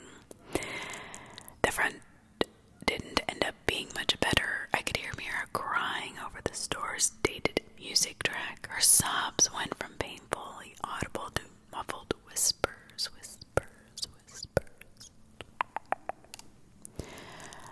After half an hour or more, I decided I had to do something. Since I was entirely unequipped to deal with an adult woman's emotions, I decided to call Mira's husband, Owen. He was thankfully at home and had answered on the second ring. I'll be right there. A breath of sigh of relief when I heard a car pull up outside and saw the tall, girthy Owen get out of it.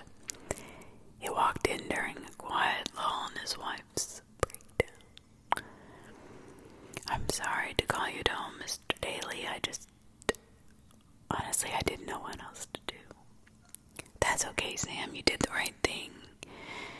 He do look tired and weary. I could tell the situation was not new to him.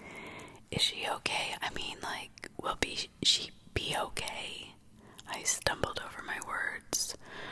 Oh yeah, he nodded. Honestly, we're just growing through some things. Oh, Mira said the store's going bankrupt. I winced as soon as the words were out of my mouth. Yeah, Owen ran a hand through his hair. That's part of it, although I don't think Jim is going to let that happen.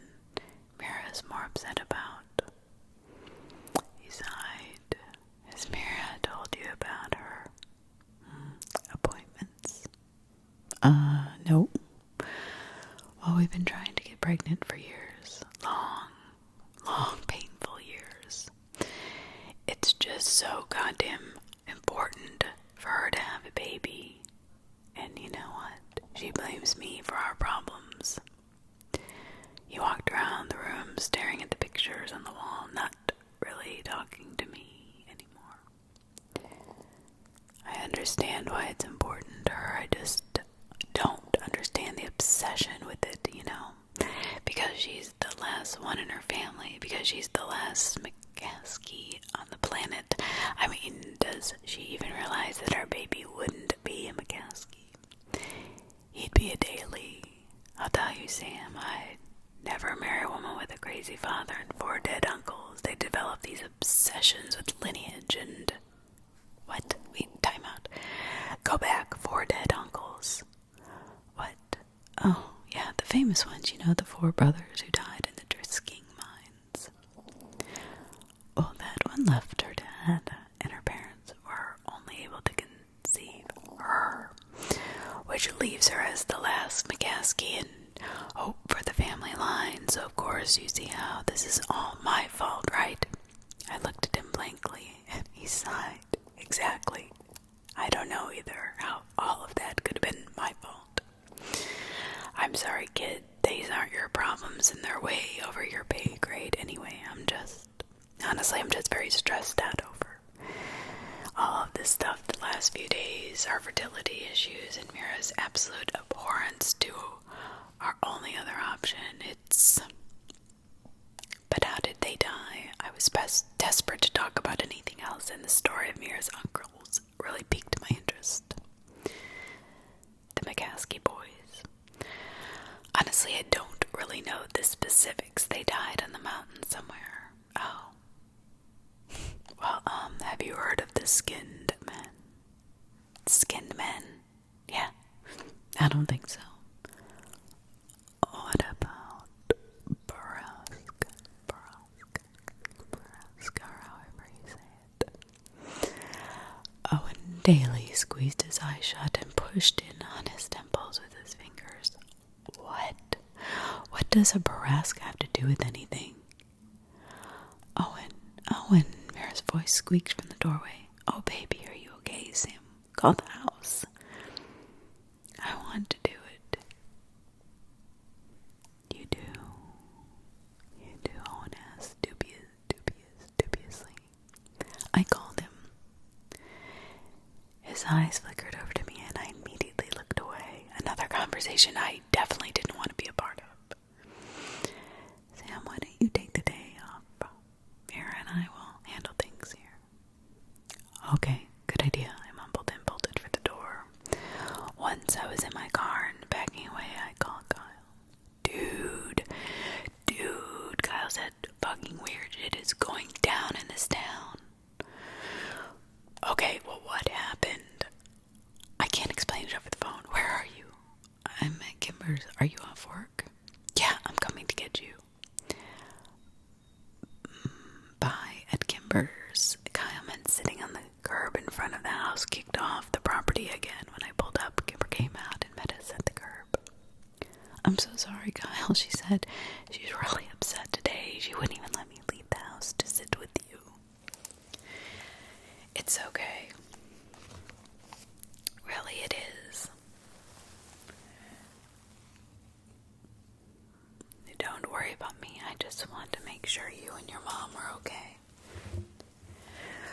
Oh, we're okay. We're doing I guess, as good as we can.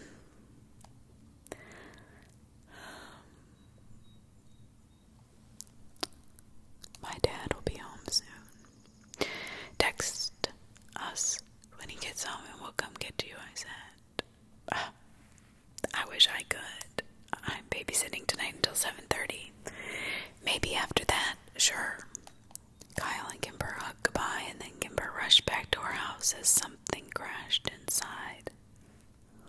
What is going on? Kyle asked, taking a drink of warm Dr. Pepper sitting in my cup holder. You're still wearing your apron, you know. Mira had a complete breakdown today. Freaked me out. I had to call her husband. What happened?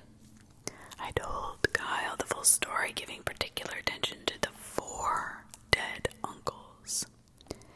Yeah, the McCaskies. I've heard of them. I didn't know Mira was, though. I thought they were all dead. Yeah, she's the last of the bloodline.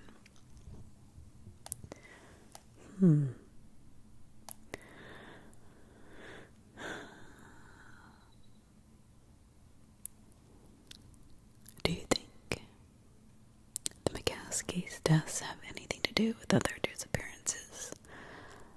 It had been a while since I'd mentioned anything about Borrasca, and Kyle joked a little on the Dr. Pepper. I don't know, man. I mean, maybe if the disappearances started around the same time. How can we find that out? Maybe the cops? There must be a police report somewhere. Okay, but what if I couldn't ask my dad? Kyle shook his head. I don't know then. Are there any public historical records available in the library? Or historical society, maybe? Oh yeah, he said, nodding. We can try that. They're over on 2nd. They share an office with Drisking Arts and Antiques. I made a quick U-turn and started back toward town. Hey, why are we doing this? I'd known that question was coming. I'd hoped to have more answers myself before I had to give him one. Just, Whitney was all I could say. Kyle didn't ask anything more. The Historic Preservation Society of Drisking was at the back of the building, and we had to walk through the antiquity shop. Antiquity shop as the owner, Mr. Dranger, eyed us warily. At the end of the short hallway, we found a small room with 2 desks pushed together. One was empty and the other was stacked high with books and folders and loose paper. We could hear someone typing behind the stacks. I cleared my throat. Hello. A small woman popped up from behind the desk. I recognized her as the same woman who had given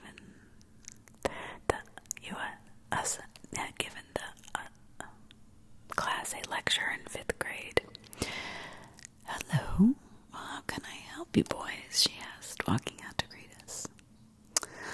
Yeah, I have a few questions about Drisking's history, I guess. Oh, well, that's fantastic. Is this for an interview report? Have a seat, boys. She gestured to the empty chair sitting behind the other desk. I nodded to Kyle, and he sat down, looking a little uneasy. Yeah, it's for an essay I have to write. I think you gave a lecture to us like 7 years ago at school. Oh, yes, I give that lecture every year with Mr. Prescott. She smiled. Yeah, it was you and the other guy, too. A bald guy. Kyle said, shifting comfortably in the wooden chair.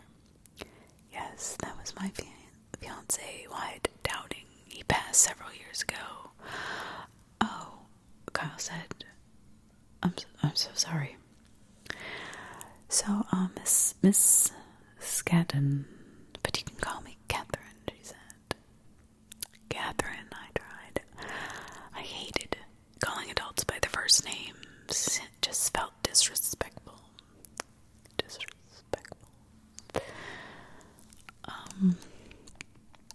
So, I didn't know where to begin. I guess we wanted to know more about the McCaskey kids. Oh. Catherine said, shaking her head. You want to know a dark part of history there, but still history nonetheless. Yeah, so when did that happen? And how did they die? Kyle added, with this much grace and couths. A bowl in a china shop. Her eyes kind of opened up a little bit, incensed. Well, they didn't die. I mean, they certainly perished in the mines, but their bodies were never recovered. So I don't know the answer to that. I would assume dehydration, starvation, and exhaustion eventually killed them within the days of getting lost down there. And to your second question, 1953, I believe. And the mines closed that year? I asked. Well, actually, the mines officially closed the year after. There was a legal squabble between the city and the Prescott family who wanted to leave the mines open until the bodies were found. The city won that fight and the mines were condemned. Wait, that's why the mines were just blown up a year before the bodies were even found? Why did the Prescotts care so much? Don't you want to write this down? Catherine asked. Kyle tapped his head twice with his finger. Catherine shrugged and continued. Well, the Prescott and the McCaskey family were closely related. Tom Prescott was paying teams of unemployed miners to go down in the mines and search for the bodies. The city had enough of it. The mountain was unstable and they didn't want any more deaths. The mines had been abandoned years before and were structurally unsafe after the city banned the recovery teams from the mines. Members of the Prescott family started going down there themselves. Finally, the city had enough, and they had the mines collapsed. With bombs? Kyle asked. Yes, I guess you could say, with explosives, and that's what led to the incident. By this time, the mines had been unprofitable for a few years, and the city was quite broke. They hired a less than reputable company to collapse the mines, and when they set off the explosives, they accidentally broke into Drisking's water table. The city went into debt trying to purify the water of silt and iron ore. It wasn't until two years later that the things started getting better, thanks to the Prescotts, who truly did revitalize Drisking. Kyle's phone chirped and he pulled it out of his pocket. It's Kimber. She wants us to come over. Okay, thanks, Miss Scanlon? I'm sorry. I'm terrible with names. I mean, Catherine. Sure. If you boys have any other questions, please feel free to come by. We're almost always open during the day. Oh, or you can email me. She dug into her jacket pocket and pulled out a loose business card. It was created and had a dusty smudge on it. It was creased and had a dusty smudge on it. Thanks. So what do you think? Kyle asked when we got in the car. I don't know, man. It's weird, isn't it? I mean, why would the Prescotts give a shit if the town suffers after they refuse to help him find their family and are actively working against them? Maybe they forgave and forgot. I don't know. Kyle shrugged. Does Jimmy Prescott seem like a guy to forgive and forget to you? No, and his dad. He's even worse. Exactly my point. Maybe we should turn here. Sorry, Kimber's still babysitting and she's over on Amherst. We pulled up. Kimber was out in the front yard with two young boys who were playing in the driveway. Joel was holding a sleeping baby and waved to us. We parked in the driveway and she introduced us to the two older kids. They gave us shy hellos and ran off to continue the game. Once the two had left, we explained everything that had just happened to Kimber while she listened and rocked the baby in her arms. Sam's right. That doesn't make any sense. But why are we even concerned about something that happened decades ago? Whitney.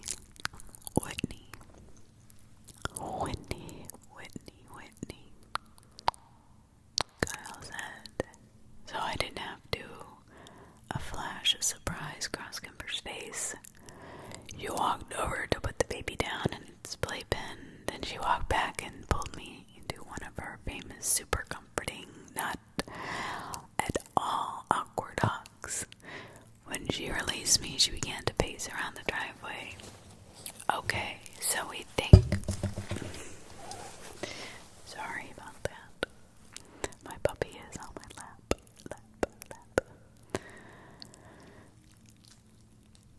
Okay, so we think Whitney somehow got involved in all of this, and you're right. If we want to figure this out, we need to start from the very beginning.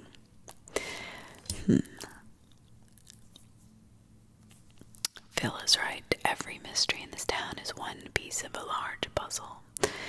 It's all related, intertwined in some wicked weaved web.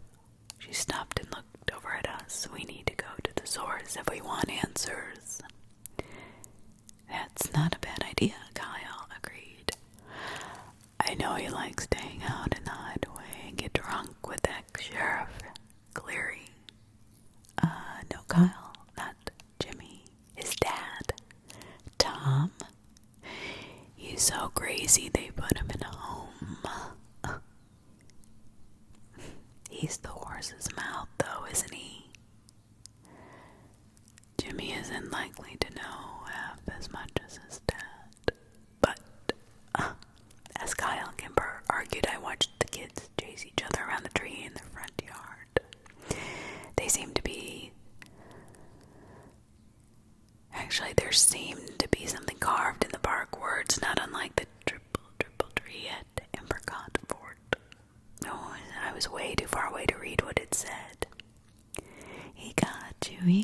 you, he got you, I heard the youngest one call out to his brother. The skin man got you. Now you have to die. Yeah.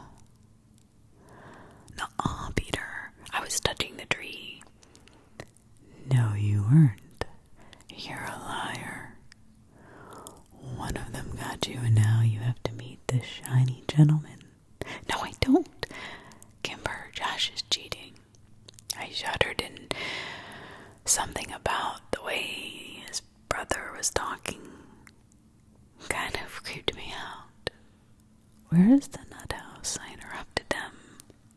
Is it close? It's not a nut house, it's more like a hospice, Kimber chided. The rumor I've heard is that he's at Golden Elm, and that's in Cape Girardeau. That's about 40 minutes away, Kyle said and pulled out his phone. I'll check the visiting hours for Tuesday. Sam, do you work tomorrow? I work every day, but I'll get out of it, I promised. Okay, cool. Let's plan to leave after school. So the following day dragged on like any last Tuesday of school year would. Most people talked about what they did with their Digiday or complained about a cop showing up at their house to issue them a ticket while sliding less than pleased looks in my direction. When the bell rang at 3:30, I grabbed my bag and booked it out to my car. Kyle and Kimber were already waiting for me. The drive took longer than we expected.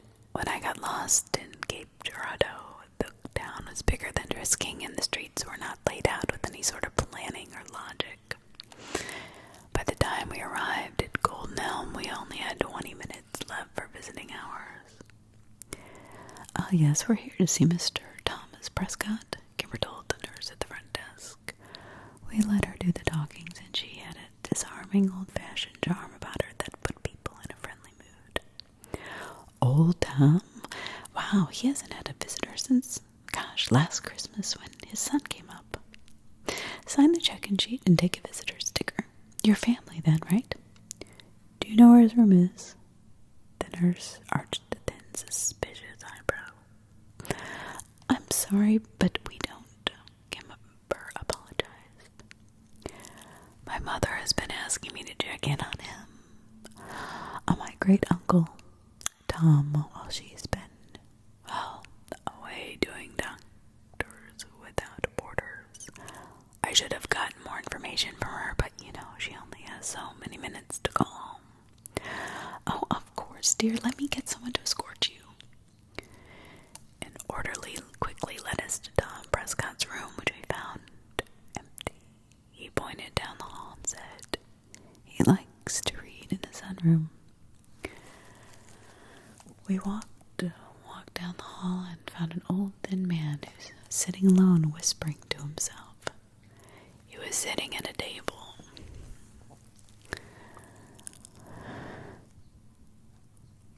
In front of a backgammon board, moving chess pieces aimlessly around. Tom Prescott, Kimber said, smiling. His eyes did not look up. I wondered if he'd heard her at all. Kimber took a deep breath again, but the old man suddenly slammed his fists on the table and scared us to death. I'm him, goddammit. I'm Mr. Thomas Prescott. Don't call me Tom. Kids used to have more respect. Oh, I'm sorry, sir, Kimber said gently as she sat down in the chair opposite him. You kids have no respect. Do you even know who I am? It's my son that's done it. That boy's mama should have whipped his ass, but she was soft, and now he's running around my town spreading his vulgarity and disrespect. Our apologies, Mr. Prescott. We never meant to be disrespectful. We greatly admire you. You're the man who built our town into what it is today. Everybody remembers you for that. Drisking was suffering and the town was dying, and then you fixed it. We all know that. I did what I had to do, the old man grumbled. It was my town. It still is. Who are you, little girl, to come in here here and suggest otherwise. What? No, that's not what I said. Kimber changed tactics and is far. Who we are, or Mira McCaskey's kids. Do you remember the McCaskies? Huh? So you're Ada's granddaughter? And that explains why you're not there. We exchanged puddles of looks. Puzzled puddles. We're right here, Mr. Prescott, Kimber said. You know what I meant, young lady. They all know. They know I rescued the town. That's my goddamn town. Of course, they were going to let me do anything I wanted as long as the money kept coming in. That's why it's my town. Is the money still coming in? Kimber tested. Well, you're here, aren't you? They didn't like it, but they took the money. They didn't know, not everything. They didn't, but they suspected some, and they must have been okay with it because they kept electing Cleary and then kept taking the money. Prescott picked up a pawn and ran his fingers over it as he talked. It's just a powder, so unassuming. A fine, soft powder. The powder doesn't know what it is. It doesn't know it's bad. It's the people who say it's bad, but it needed to be done. You know that. Ada, we had to do it. Kimber hooked him in. I know we had to, but it's your son. I don't think he's doing it right. Well, of course he isn't. The elderly Prescott slammed his fist on the table once again, and 2 books tumbled to the floor. They are mine. He took them from me. He thought he could do better, but he took mine, and he ruined my legacy. Seething with anger, resentment, and hate. Decades of work, and now it's all run by the powder. It's the dust of the crumbled empire. What about the skin men? I asked, caught up in the moment. What are you talking about, boy? He growled. And the treehouse, the triple tree. What is it? What is it for? Triple D. What? Triple tree. I didn't authorize that. We paid triple the price, but it was only for a short while. Well, things were slow. We certainly never charged triple. That's bad business. Whereas has my idiot boy been telling you that? Did he offer you triple for them? He's ruining my town. Isn't he? God damn it, Jimmy, you get him in here. Ada, get my boy on the phone. You tell Jimmy I want to talk to him. You tell him that they're still mine. Ada, get Jimmy on the phone, now. Kimber jumped up and Kyle pushed behind her as the old man rose to his feet, tall and imposing. We were backing towards the door when the orderly came in with a disapproving look on his face and shooed us out. Long after we made it to the lobby, we could still hear Tom Prescott screaming for his son. Needless to say, the entire ride home was completely silent. Wow, I kept trying to fit the pieces together. The skin man, the triple tree, this shiny gentleman, the powder. These things seemed to have been pulled blindly from the ether, random and meaningless. The veil over my eyes was thick and heavy, but I was closer to Borrasca than I'd ever been before. I could feel it around me, but I couldn't see it. I could almost touch it, but I couldn't yet comprehend it. That doesn't even make any sense. I suddenly realized that Kyle was pulling over off the road, and I snapped out of my contemplation. He put the car in park and turned around to look at me in the back seat. Is this really about Whitney, Sam? Yes. Kimber watched us with worried eyes. Why do you think that? The cops, you ever. Even your father confirmed that Whitney ran away. Bullshit, I don't believe him, I said through clenched teeth, instantly pissed. Look, Sam, we're getting pretty deep in here, and I'm with you every step, but I have to know reason we're doing all this for and pulling Kimber into. I have to know this is important to you for the right reasons and not just stay. He hesitated, closed his eyes and said, an obsession. I looked out the window and realized he'd pulled over near the West Rim Prescott or trailhead. He was right to worry and even more to be protective of Kimber. Kyle was thinking it was the powder. If Borrasca really did involve moving mass amounts of drugs, did I want to involve my friends any further? This wasn't their fight. I love these people. Could I really risk their safety for my own curiosities and vendettas? But as hard as I wished I could get that thought out of my mind and let it go, I knew I needed them. I have to know what really happened to Whitney, I whispered. Kyle turned back around without a word, and Kimber placed her hand on mine. I jerked my hand away and crossed my arms and then immediately apologized. Kimber just smiled. Kyle sighed. Sam. He was interrupted by the piercing ring of Kimber's phone. She scrambled for her cell to silence it, but when she saw the name on the screen, she quickly answered. Dad. Wait, what? What do you mean? Dad. No, wait, slow down. Hello? She took the phone away from her ear. Something happened to my mom and she's at the hospital. Tears instantly filled Kimber's soft green eyes. Kyle threw the car in gear, screeched at the parking lot. We made the 10-mile trip to the hospital in as many minutes, which was criminally fast on the surface streets. Kyle stopped the car at the emergency entrance and Kimber and I ran inside.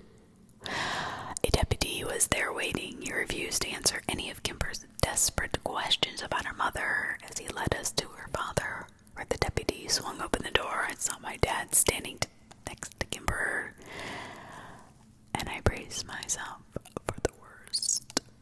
Kimber's dad took her in one direction and my dad took me in the other. Before he said a word, I saw Kimber crumble to the ground, and my heart sank. I knew that look. I looked at my dad helplessly, and he gave me a sympathetic nod and pulled me into a hug. We sat down in a corner, and I stared at my hands as he quietly explained that Miss Destaro had gone grocery shopping at around 1 o'clock, came home, put the groceries away, made 2 lasagnas, a meatloaf, and put them in the freezer. She got in her car, drove to the hospital, parked in the shade, took the stairs up 7 floors to the roof, and jumped off of it. She had lived long enough to apologize to the EMT who found her. I watched Kimber fall apart as her mother's body slowly grew cold in the morgue, 1 floor beneath us. Borrasca, Part 3.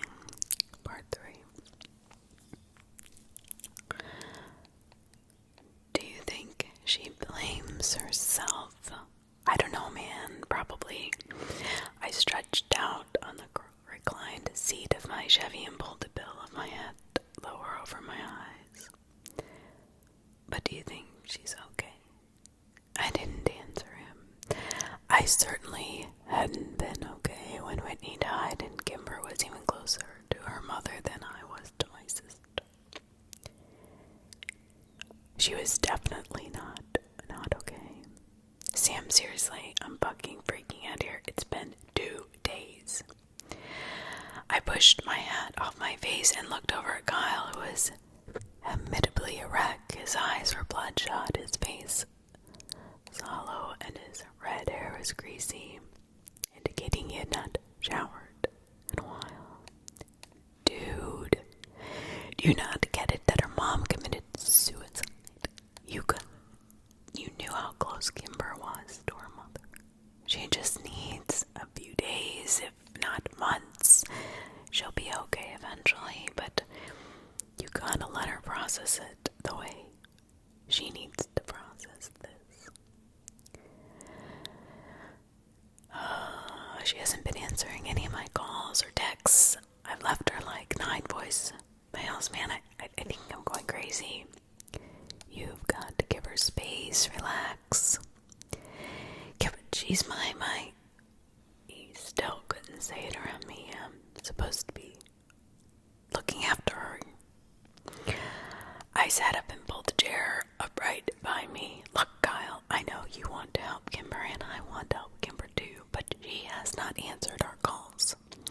Been to school or come to the door when we've stopped by her house. Other than a little B&E and maybe some kidnapping, what else are we supposed to do? But I don't want to end up in jail. She doesn't want to see us right now. Comprende? We have to be okay with that. Right now, Kimber knows what's best for Kimber, and maybe she doesn't, but she has to figure it out. We can't do it for her. No note was left. Do you think that has something to do with it? We don't even know if there was a note. Kimber's dad was so upset and messed up over what happened when he said that it was possible. I misheard him anyway. I asked my dad, and he said there was no letter the police had in custody. Right, because your dad is such a beacon of the truth. One look at Kyle told me he'd immediately regretted his words. I shrugged. I don't know what to believe anymore, to be honest with you. The truth was that I knew what I heard. Mr. DeStaro had said something to the cops about a letter, but I couldn't tell Kyle that. Not right now. He was already worried that his relationship with Kimber was part of the reason her mom had been so depressed, which doesn't make any sense anyway. I had asked my dad about the letter when he'd come home after that long night, and he'd sighed, run both of his hands through his hair, and in a tired way he said, Sam, I don't know what to tell you, and DeStaro didn't leave a suicide note, and this is the first I've heard of it. With our best friend in mourning in our investigation on hold, Kyle and I have been existing in a sort of suspended state. We went to school intermittently, skipping classes here and there, missing end-of-the-year tests, and smoking more weed than either of us could afford, without Kimber there to set us straight and keep us in the straight and narrow. We were lethargic, brooding, and irresponsible. I'd never realized how much I relied on her. Kyle and I skipped the last 2 periods of the day and debated on whether we should even go to school tomorrow, which was the last day of our sophomore year. I guess not necessarily, and definitely not necessary. We finally decided to show up for a second period class, which I was glad we did because Kimber showed up in biology. I didn't even see her at first. I had my head down on my desk, resting on folded arms when I felt a meek hand pat my shoulder. I turned around to see her standing there, looking unsure and uncomfortable. I gave her a half smile and pulled her into a hug, but it wasn't a super comforting, not at all awkward Kimber hug. It was a longer, weaker hug, and I felt so protective in it that I was sad when it was over. How are you doing, Kay? I asked her when she finally released me. Kimber wiped a tear off her cheek. I'm okay. And she gave me a wobbly smile, and I knew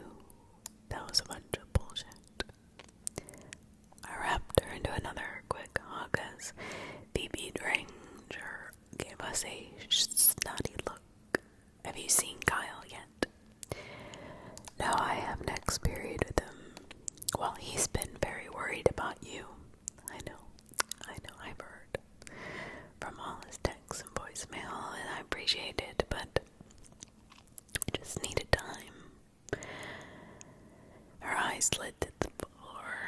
Things have been really hard for me at home. It's okay, I said, we're here for whatever you need. Yeah, good. That's what I was hoping. Whatever you need, seriously.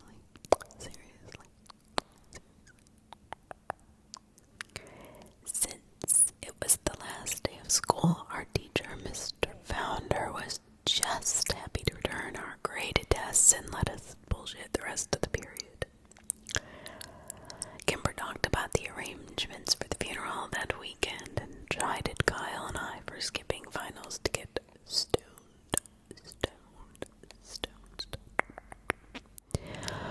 When the bell rang, I could see that Kimber was both excited and nervous to see Kyle, as we just worried about her. I assured her Kyle was not mad. She threw her bag over her shoulder, set her jaw, and nodded. She was trying so hard to keep it together. As soon as Kyle saw her from down the hall, he slammed his locker shut and walked towards us with such intensity that I began to wonder if maybe he was mad after all. He pushed past a dozen people without so much as glancing at them and left a curious, if annoyed crowd in his wake. When he finally reached us, Kyle threw his backpack against the wall and swooped Kimber up in the sort of way you'd see in old black and white movies. Everyone who'd watched all this unfold, including me, groaned in unison. Since most of the teachers were not even bothering to take attendance that day, I went to the calculus with Kimber and Kyle, where they had the same conversation Kimber and I had earlier. Towards the end of the hour, the conversation faltered and became uneasy.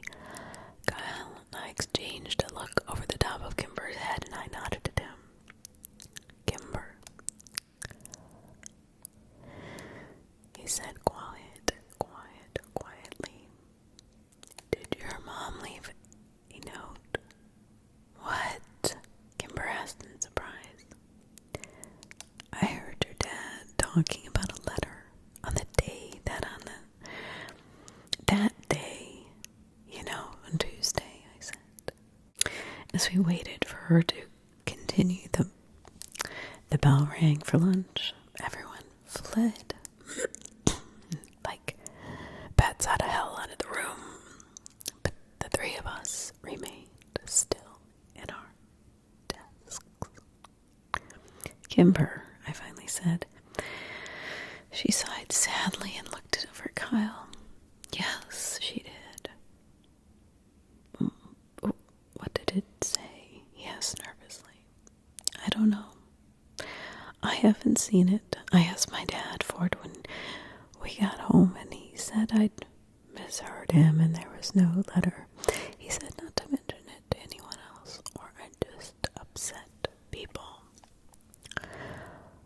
Well, then we both misunderstood what he said, or misheard him, or whatever I said, which means unlikely that we all misheard him. I know. I've known my dad all my life, and I know when he's lying. People started to filter in for the next period, sliding sympathetic glances at Kimber. I think that had to be the most uncomfortable part, or the weirdest part, because nobody knew what to say, and I'm sure it made her feel very strange. Since it was our lunch period, we gathered up our things and walked out to my car, as we always did. I sat in the back seat, letting Kyle and Kimber take the front. Kimber took a deep breath and continued. I know my dad is lying. I know he has the letter. Are you sure? Kyle asked. I could tell he was still terrified that some of the blame rested on him. Yeah, and I know it contains the name Borrasca. I think I even know where it is. Her voice was kind of trembling. Prescott. Yet, somehow, I wasn't that surprised, but I was at the same time. He was the axis around which everything that was bad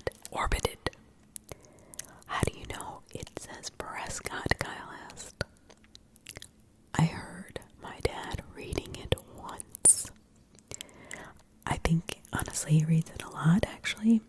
He was sort of sobbing and whispering the words, throwing things in his office. My dad, let's just say he has not been well. Do you think she was having an affair with Jimmy Prescott? No, I shook my head. I'm guessing you need to think bigger than that, Kyle. I agree, Kimber said, to her hands in her lap. With everything we know about the Prescotts, I'm fairly sure this isn't about an affair. It's all connected somehow.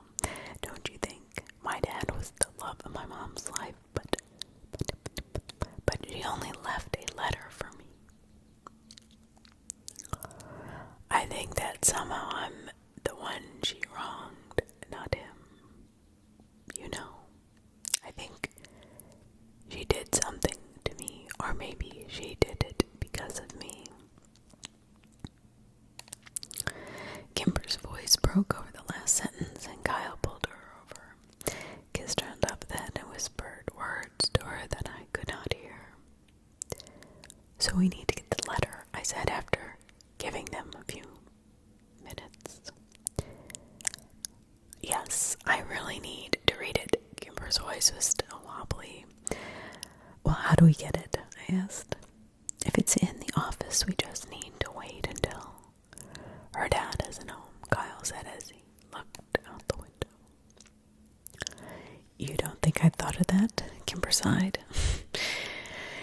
He never leaves his office, not since we got home from the hospital. He just sleeps in there, he eats in there, he's there 24/7. I'm telling you, something isn't right.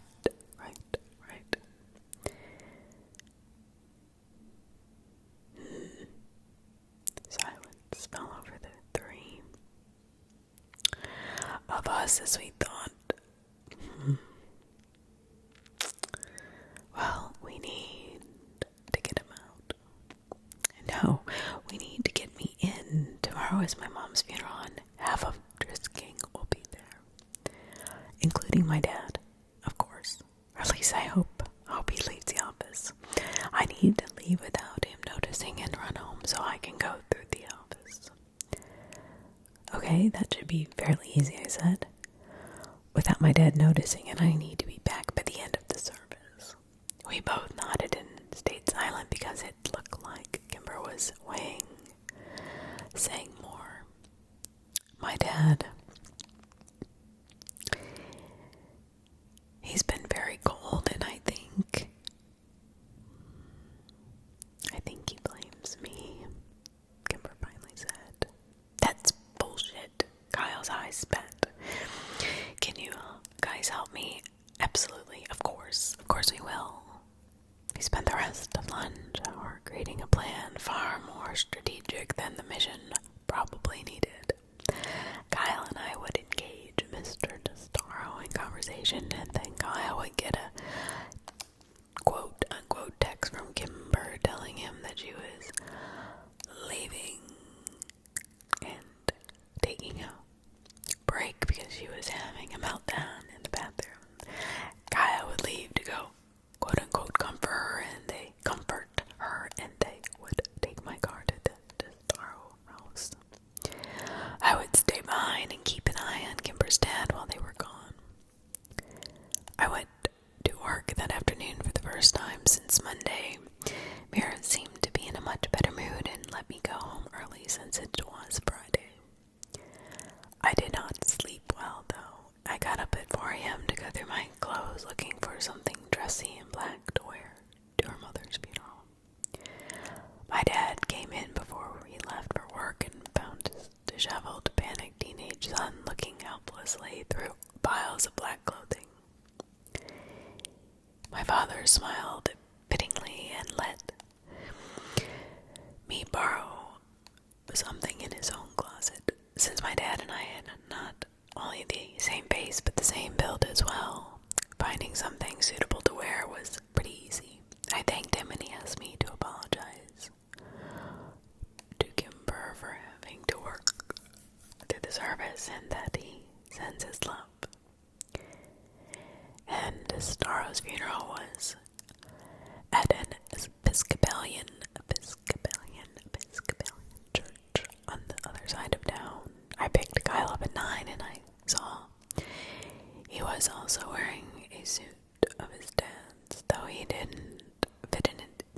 as well as I did, and he was constantly pulling at the sleeves and readjusting the waistline. Unfortunately for Kyle, he was much smaller than his dad. We parked as far away from the church as possible, where we hoped no one would notice a car leaving.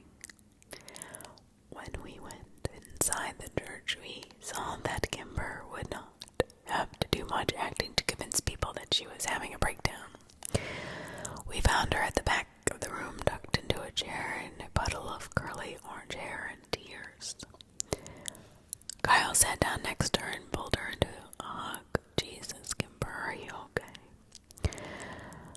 What's wrong? He asked stupidly. I kicked his foot and shot him a look that said, are you kidding? Really, Kyle? He bit his lip. I'm sorry, I don't know what I mean. I'm sorry, you okay? That's all I want to know. There's no one here, Kimber whispered against his chest. My mom grew up here. She had hundreds of friends in this town, and no one came. We hadn't noticed, but when we looked around, admittedly, the turnout was sparse, and surprisingly too.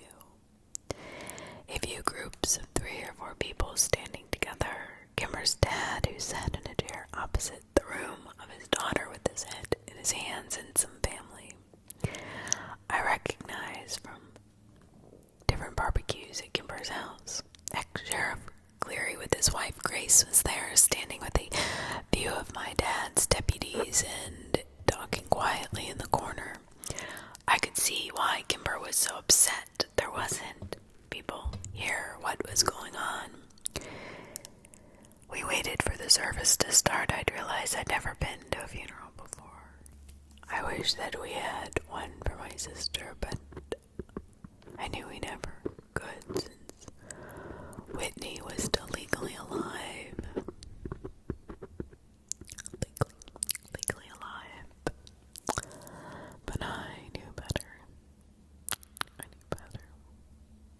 It made me sad to think that she would never be laid to rest. Only a few other funeral goers trickled in, and the pastor began getting people seated for the service. I noticed the guests get at the pulpit for the first time, and I was glad it was closed. Still, I had to wonder at the simple, unadorned, almost ugly coffin that had been chosen for Kimber's mom. I knew the Testaros had money, and quite a lot of it too, actually. It was an interesting, almost insulting choice. Another slap in Kimber's face, I thought. Kyle and I stood Kimber up and started over to the pews, but she stopped abruptly. I'm ready, she said, and brushed the hair away from her wet face. Ready to leave. I can't be in here anymore. It is a disgrace to my mother. Kimber raised her head. A notch set her jaw. I knew this look, and it meant there would be no reasoning with her. Kyle and I looked at each other. This was not the plan. It would be a lot more obvious if Kimber was missing from the service, especially with the low turnout. You guys go over and say what we rehearsed to my dad. Kyle, I will text you in 30 seconds. Now, go. Kyle nodded and started over, and I knew we weren't arguing. Mr. Testaro was finally standing, looking over at the front pew reserved for him and his daughter with hesitation. Mr. Testaro, I said, as I approached. I'm very sorry to hear about your wife. She had died and forgot my lines. A great woman who raised a wonderful daughter, Kyle finished. Yeah, he spat. Do great women commit suicide, leaving their wonderful daughters alone into the world? Is that what great women do? Shit. Do great women jump off buildings and make spectacles of themselves and leave their famous to deal with the publicity and the grief? Is that what great women do? I was not expecting this reaction from her husband. Kyle's phone chirped. Thank God. Oh, that's Kimber, Kyle said, a little too fast and before he'd had time to actually look at his phone. Oh man, she isn't well. Says she's crying and feeling sick. I'm going to help her. No, Mr. Starro yelled so suddenly that Kyle dropped his phone on the ground, where it made a loud clatter on the stone floor. Not you. You don't help my daughter. You don't even talk to her. He can go, pointing to me. Okay, I stuttered. The plan had changed way too much. I needed to somehow get the car keys from Kyle without being seen. Kyle gave me a shaky, subtle nod, and then he and Mr. Star went to sit down. It was obvious Kimber's dad was keeping an eye on Kyle for some reason. Getting the car keys from him was going to be nearly impossible. I backed into the shadows at the back of the room while the pastor started the service. I texted Kyle 4 times asking for help, but he wouldn't dare touch his phone. He just stared straight ahead, flickering worried glances at Mrs. Starro every few seconds. After several minutes, I went to find Kimber to see what she wanted to do, but she wasn't in our meeting spot by the back door. Shit. The plan was falling apart. I pulled out my phone and sent her a text. I said, meeting place. You're not here. Where are you? Kyle is next to your dad and I can't get the keys from him. I waited in the hallway, tapping my phone against my hand nervously. After a minute or two, my phone vibrated. Kimber replied, I'm sorry I left without you guys. I had to get out of there. I'm so sorry. I'll be back before the end of the service, I promise. Damn it. Well, be safe. It was now imperative that I not be seen. I went to the men's bathroom, locked myself in a stall, and played Snake for the longest 20 minutes of my life. I knew the service wouldn't go on much longer, so I texted Kimber again. I said, you on your way back yet? Did you find it? I said, waiting, watching the minutes ticking by.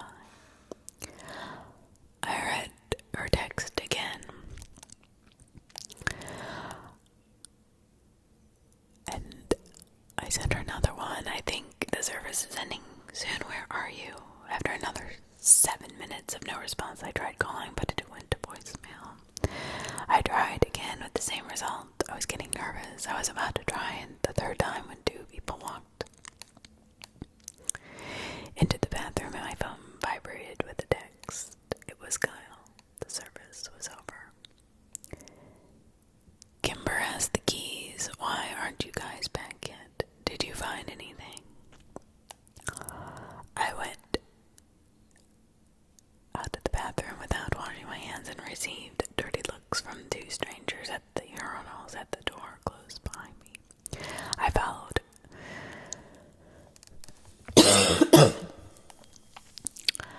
I found Kyle.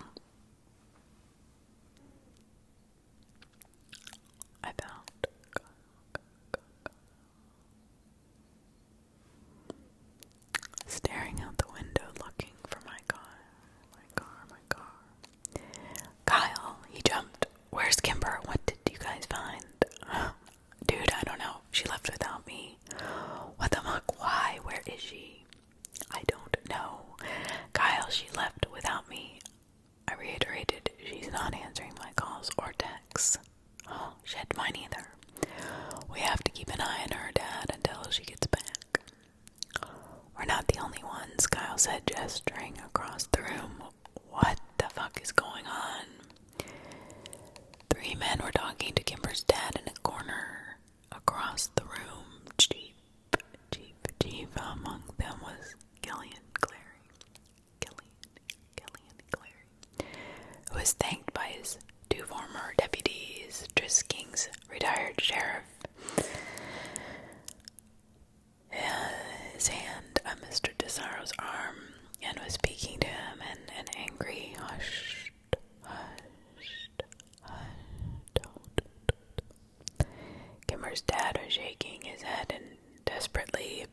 do something. The 2 deputies walked out the front door of the church, and Mr. Testaro sagged against Gillian and Clary, who sat him in a nearby chair. Something was happening.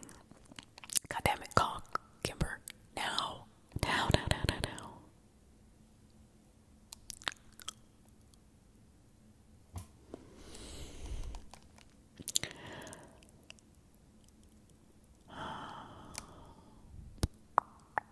I tried again, and this time the call rang twice and was sent to voicemail. I ended the call and threw up my hands, looking desperately at Kyle. Again, he said, and took out his own phone. I got the same result, but felt a jolt of relief when someone answered Kyle's call, but it was not Kimber. Bill, what part of town are you in? I need a ride. It's an emergency. I waited. Yeah, man, I'm at North Ridge Church. As fast as you can. I'm with Sam. I'll owe you. Kyle hung up and then immediately tried Kimber's number again. She's sending me to voicemail too. We both stood at the window, anxiously waiting to see Phil's silver Mazda pull up. Kyle chewed his lip, and I tapped my phone. Come on, Saunders. We threw occasional looks back at Kimber's dad until Cleary stood him up and ushered the now inconsolable man out of the church. Suddenly, Kyle's phone chirped and we both looked down to see Kimber's name flash on the screen. Kyle's knees nearly buckled in relief as he sagged against the wall.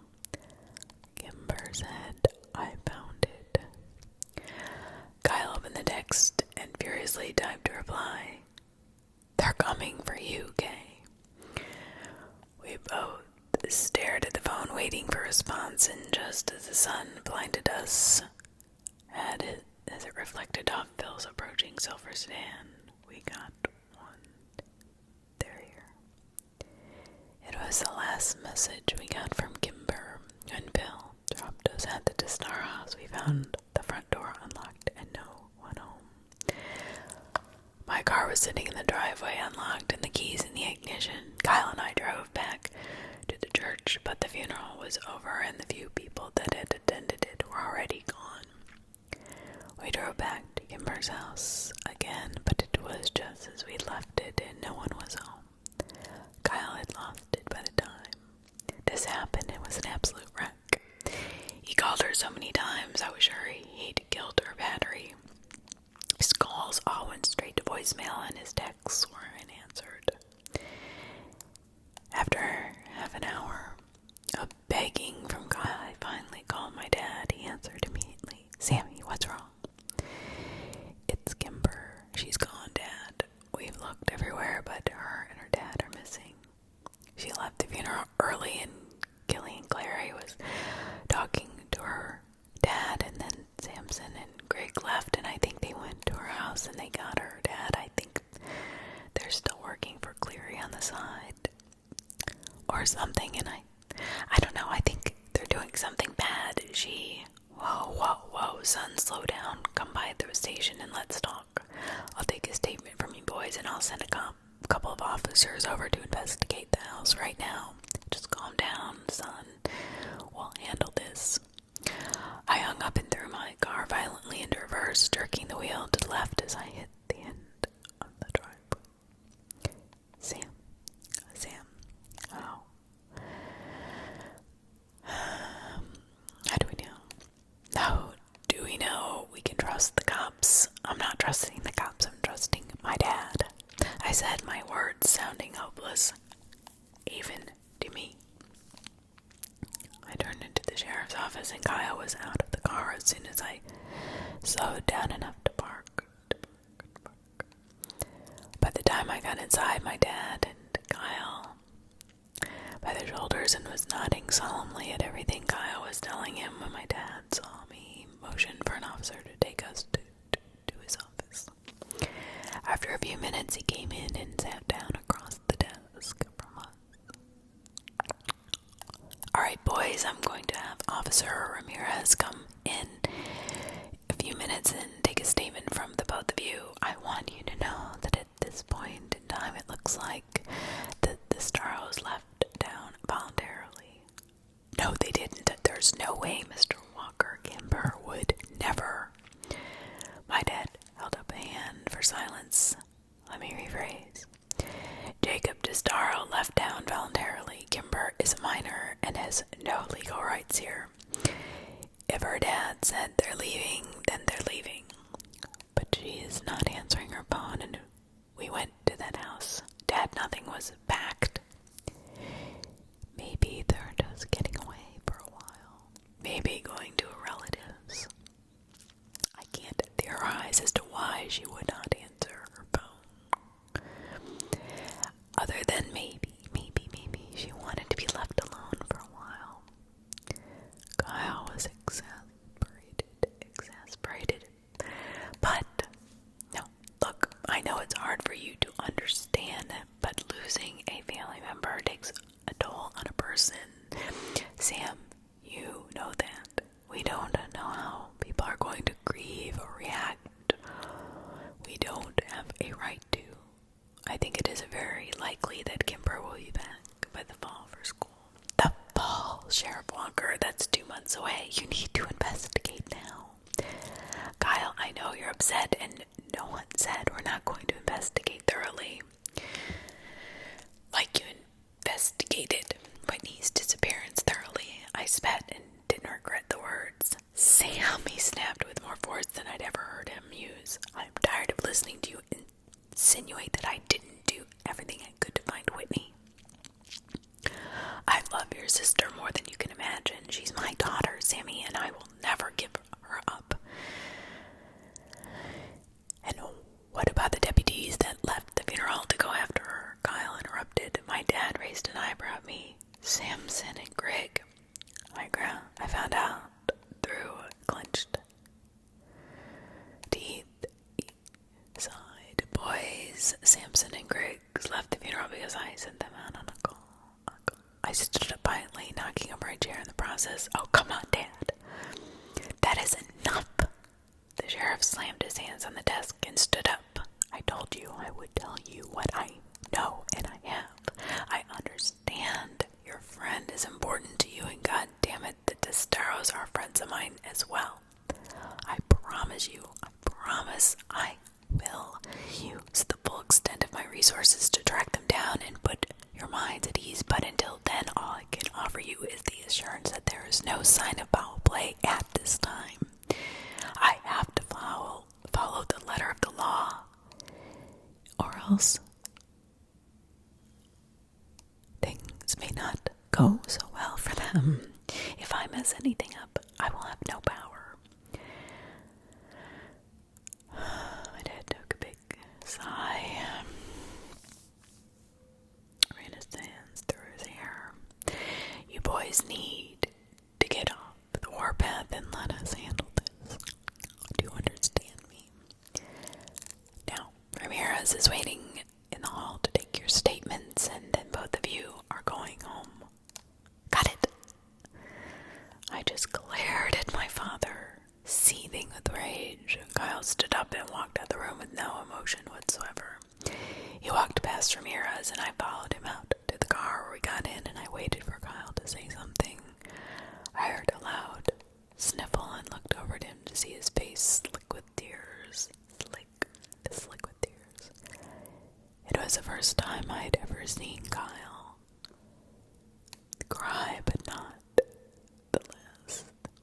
He's lying, I whispered. I just shook my head. I didn't know what to believe. Kyle turned his face away from me. I know he's lying. I know. Something bad has happened and he's lying about it. He's covering something up, this whole damn town. What happened? I heard more sniffling as Kyle tried to collect himself. Dude, talk to me, please. What do you mean? What do you think? Please just tell me what you think happened. Kimber's gone like all the others, so she's at the place where the bad things happened. I punched the steering wheel. Oh, fuck. How the fuck had this happened? Not Kimber, please, not Kimber. Was all of this because of me? Had her mother killed herself because of something I had done, something we found. Was Kimber taken because of me? I thought for 1 minute that was actually true. I knew I would crack into tiny pieces. No, not Kimber. No, not Kimber. Yes, Sam, fucking think about it. Kimber, Cal yelled at me about Kimber. It's the treehouse. It's all the same. Borrasca, the skin men, the triple tree. This. What happened to your sister? The mountain. It's all the fucking same.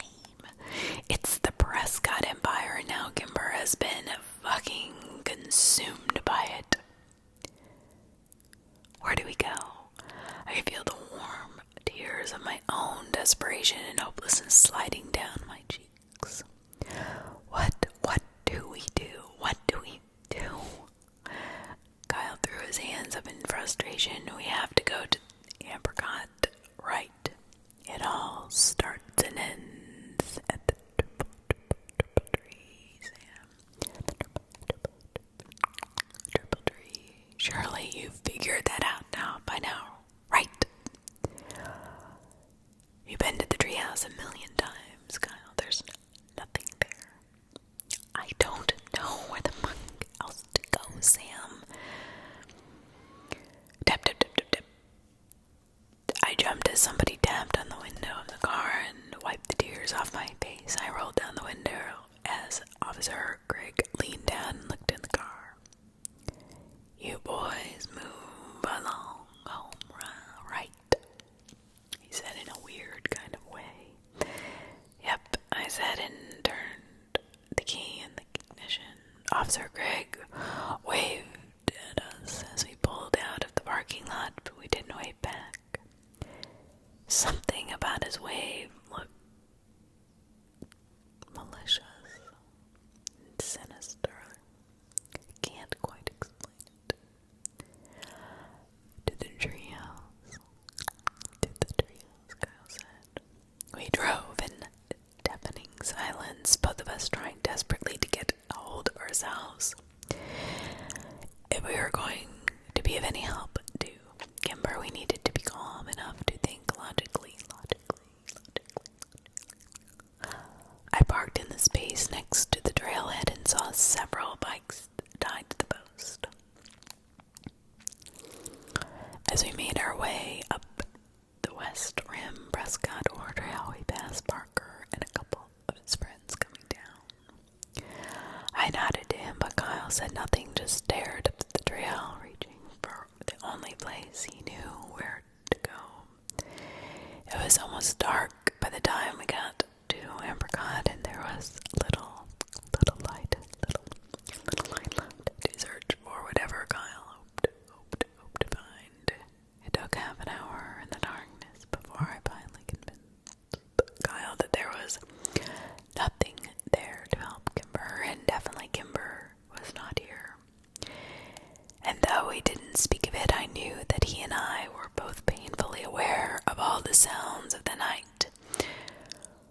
Deep down, we were scared, terrified down to our very bones, that we would hear the piercing, scraping, grinding, and metal screams of the monster at Borrasca that we'd become so accustomed to over the years.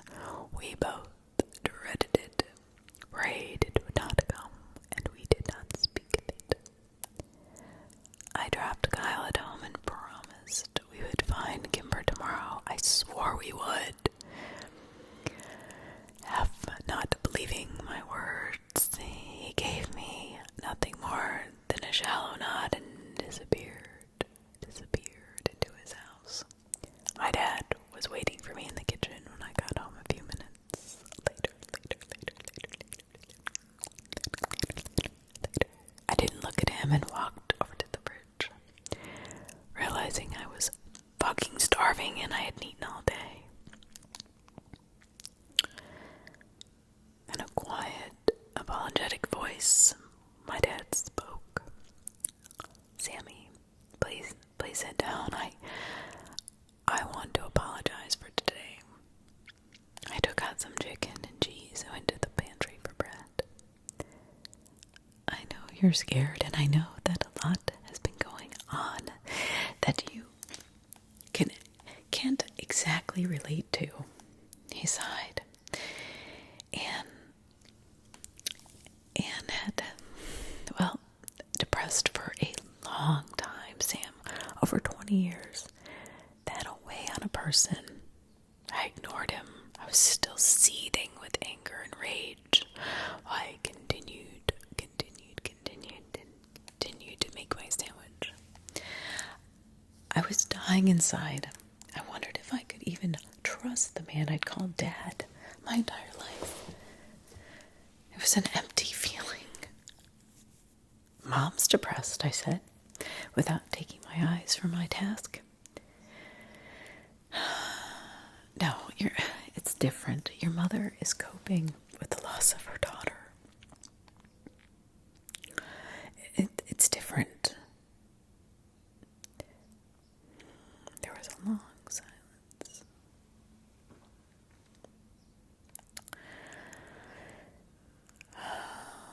He sighed and then said, your mother. It's different. It's very different.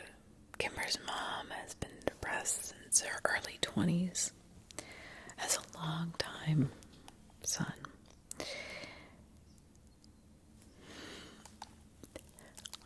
I talked to Kimber's dad, and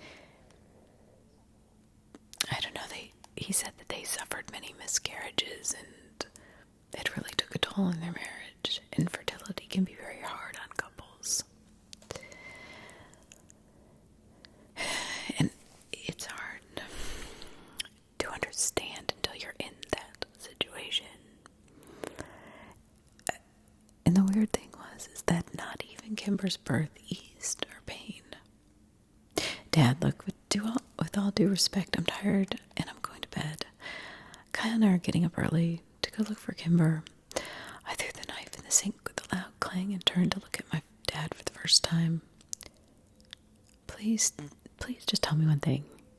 Please tell me you're still trying to find Kimber. I looked at my father in a pathetic way. Like, so disappointed inside is what I felt. And I knew he could tell. The sheriff stood up from the kitchen table, looked as tired and disheveled as I felt. And he put his hand on my shoulder and said, Sammy, I promise. And I finally believed him. It's the most sincere thing my father had said all day.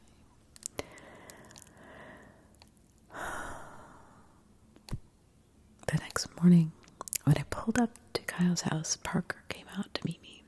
Hey, Parker, I said when I rolled down the window and cool morning air waved in. Kyle's not here. He left around 5. Stole my dad's truck. He's pissed. So you'd better get going.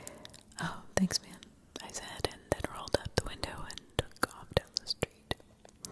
I drove around all morning looking for Kyle and calling his cell, but he didn't pick up until noon.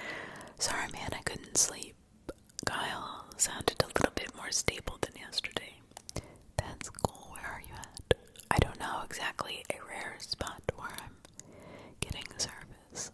Are you in the woods? She's out here. Yes, I am. Sam, somewhere in these mountains.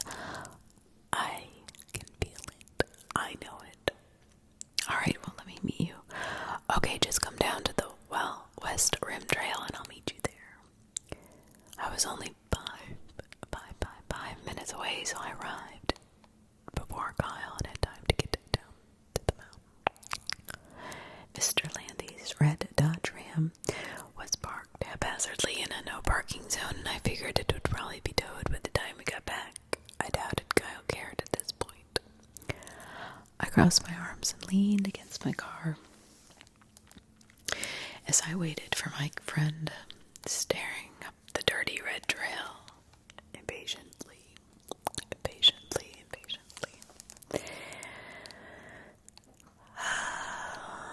When Kyle finally showed half an hour later, he was covered in sweat, dirt, and dejection. So, I said, pushing off the car. Nothing, man. Not a damn thing. All right, well, let's keep searching, okay? We hiked miles and miles up the mountain that day, but we did not find any sign of human life. And the next few days, if the sun was out, so were we. Kyle was growing more and more desperate, crossing to private property to look for logging equipment and mapping out the county's main mines in search of the abandoned buildings. But the mountain was big and the needle buried deep in the haystack as the days slipped away. So did Kyle's sanity. Every time I saw my dad, he would give me a sober look and promised. My father promised me they were still looking, but I don't know, we never saw anybody out. Where were they looking? I just felt like this was all such a big lie. But then the final day when I saw my dad, there was something different about him. Something in his face and his eyes. My dad was also growing concerned. The star house remained exactly the same, as cold and empty as the space between the stars above it. I was looking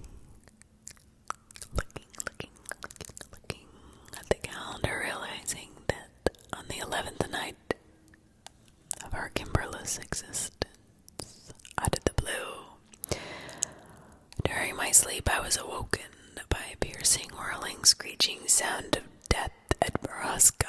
I cried myself back to sleep, and to the noise of the tortured sounds of Kyle on agony next door, we had failed.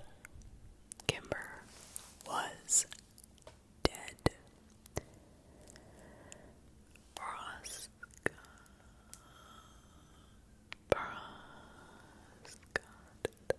Number 4. Part 4. When I pulled up to his house the next morning, I could tell Kyle had completely lost his shit, cracked into pieces. His skin had taken on a yellow color and his voice was flat and void of emotion.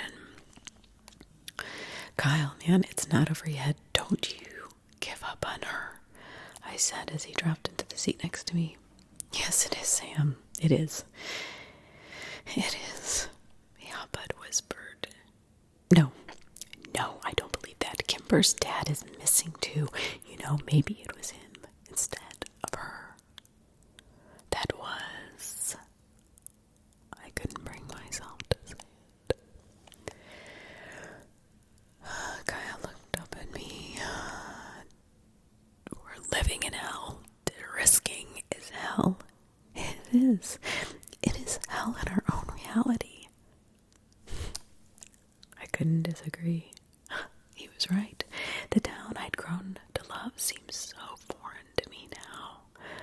It's amazing what can be pulled over your eyes if you're not paying attention.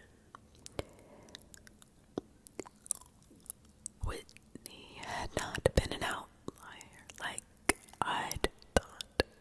Missing people were the norm here, and that would make Jimmy Prescott the king. He's Satan himself. As soon as the words were out of my mouth, Kyle punched the car door, awakening from his dead state with raging vigor. I'll fucking kill Jimmy Prescott. Where is that motherfucker? He's involved in all this. Sam, Maybe partially, I said, staring out the window. His dad created the town that bred the shit, but I'm pretty sure the Prescotts are running drugs, and that's all. The powder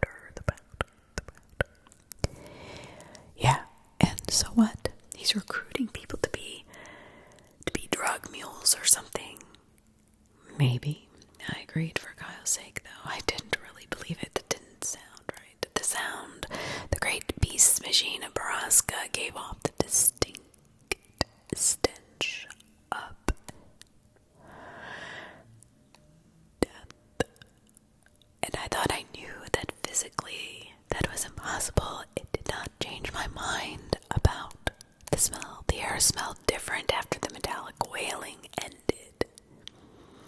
We drove over to the 4th Street Gourmet Coffee and Bakery and went in to buy our usual provisions of rock stars and monsters. As I paid for the long 4 packs of cans, I saw Mira waiting on coffee at the end of the bar. I could tell immediately that she was in a good mood, something that I had not seen much of since I started working for her. It was probably a good time to tell her I was calling out of work for my 5th day now in a row. "Hi, Mira," I muttered when I approached. "I can't come in today. I've got some really important..." "Sam, oh my gosh, how are you?" Okay, I guess," I stuttered. "Oh, good," she said brightly. "Don't worry about coming in. I'll hold down the fort, and I'm sure I can call Amelia if I need anybody. But really, Sam, what have you been up to lately that's so important?" I just blankly stared at her, my mind completely void. Just as I started to stutter out some bullshit about helping my dad, Kyle appeared by me. "We're trying to find Borrasca," he said, with all the... Let that blank go by. With all the gravity of an eulogy. "Ah, yes. Oh, and told me you'd ask about him and about that. You know, that's just a story, Sam. That legend hasn't been around since I was a kid. Do you know that?" "Yeah, well, we're looking for our missing friend, Kimber. We think that maybe she's there," I trailed off lamely. "Oh, really? I thought I heard that the Staros were staying with relatives in Maine over the summer. Oh, well, anyway, good luck, boys." "Thanks." Kyle's voice was sour, and I knew his patience was thin. Something about her words. So sure where Kimber was. So sure they would come back in the fall. We got back into the car. We each popped open a can of Rockstar and started chugging. I knew better than to ask Kyle if he wanted to smoke, since I was sure he hadn't lit a bowl since before Kimber disappeared. He finished the energy drink in a couple of minutes and crumbled the can in his hand. "I don't like your boss." "Mira? Why not?" "I don't know. I can't tell. She's just off somehow. I mean, she has been going through some things. I wasn't going to elaborate any further." "Why were you asking her husband about Borrasca anyway?" "I don't know. I was just making small talk, and I thought he might know something. He seemed to know about a lot of things, if you know what I mean." "And did he know?" "Not that he told me." I took a long gulp of the sour drink and then choked on it when I remembered something Owen said. "Well, no, actually, yes, he said a Borrasca instead of just Borrasca. The devil's in the details. You know, like it's a thing instead of a place." Slowly, Kyle lowered his rock star. "And is it? Is it what? Is it a thing?" "I don't know. I've never heard of it. I've Googled everything weird about this town, but nothing ever comes up. But we know something odd is happening here, but nothing ever comes up." "Did you spell it right?"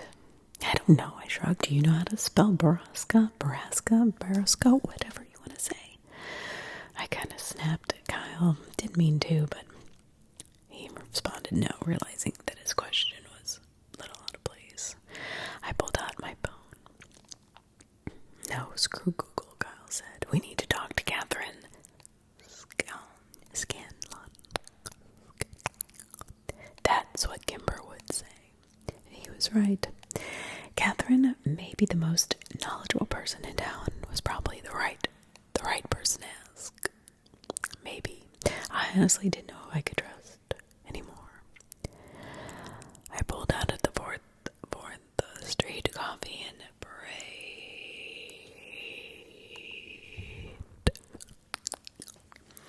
prayed with all I had that we'd find something out, because I was losing my friend. We parked in front of the Drisking Art and Antiques. I was disappointed to see that the Drisking Arts and Antiques store was dark. Kyle pointed to a small, cheap, open sign hanging in the corner, and I crossed my fingers that it was for Catherine's office. I was relieved to find the door unlocked, and we hurried past all the antiquities and blown glass to the back of the store, where we found an open door and Catherine sitting at her desk. "Boys," she said, and stood up when she saw us. "You're up quite early for summer break. How did the essay go?" Great," I said. "Actually, we're here for more help." "Personal interest this time," Kyle added. Catherine raised her eyebrows.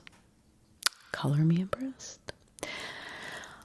I needed to get right down to it. If by some small chance Kimber was still alive, then every second counted.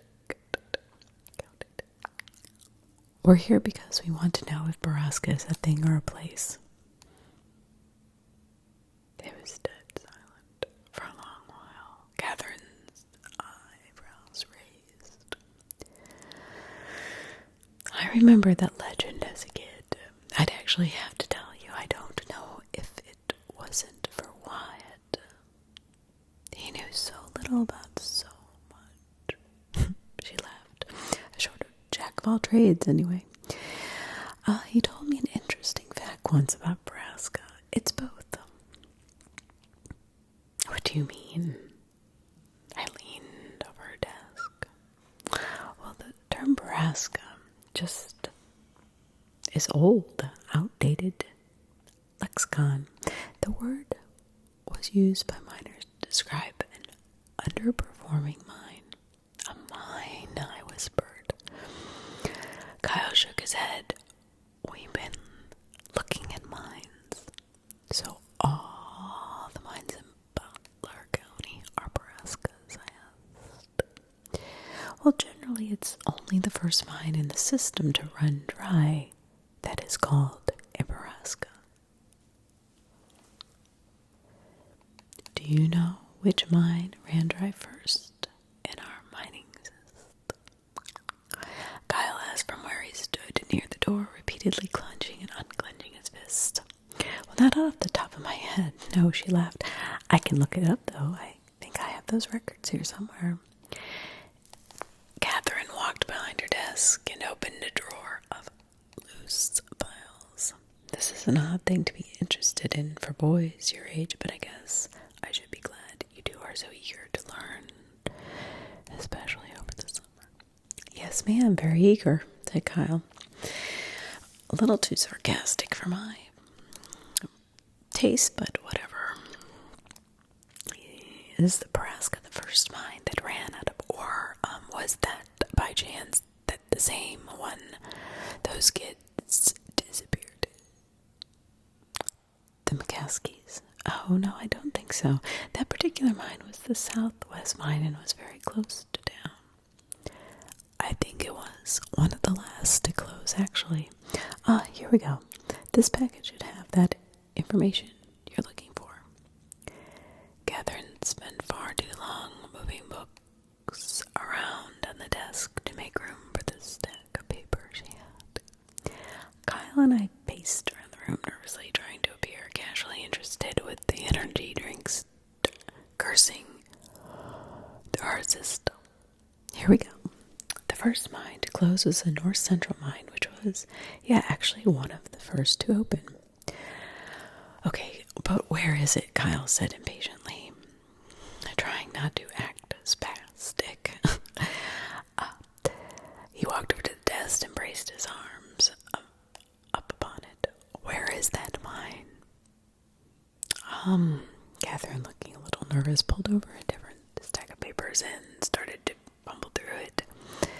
After the longest minute of my life, she made a aha sound and pulled out a large yellowed piece of paper that had been folded into a standard A4 size piece.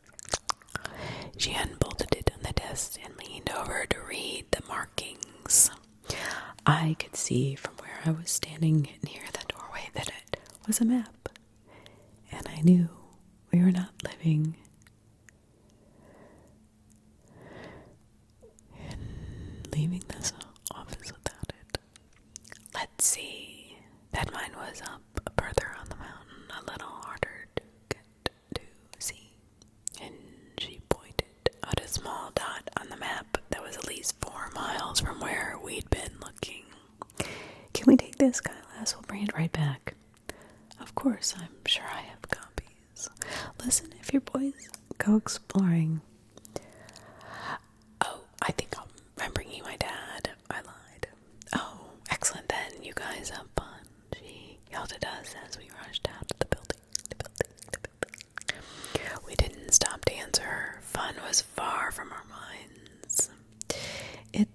It's so far from where we've been looking, Kyle shuddered.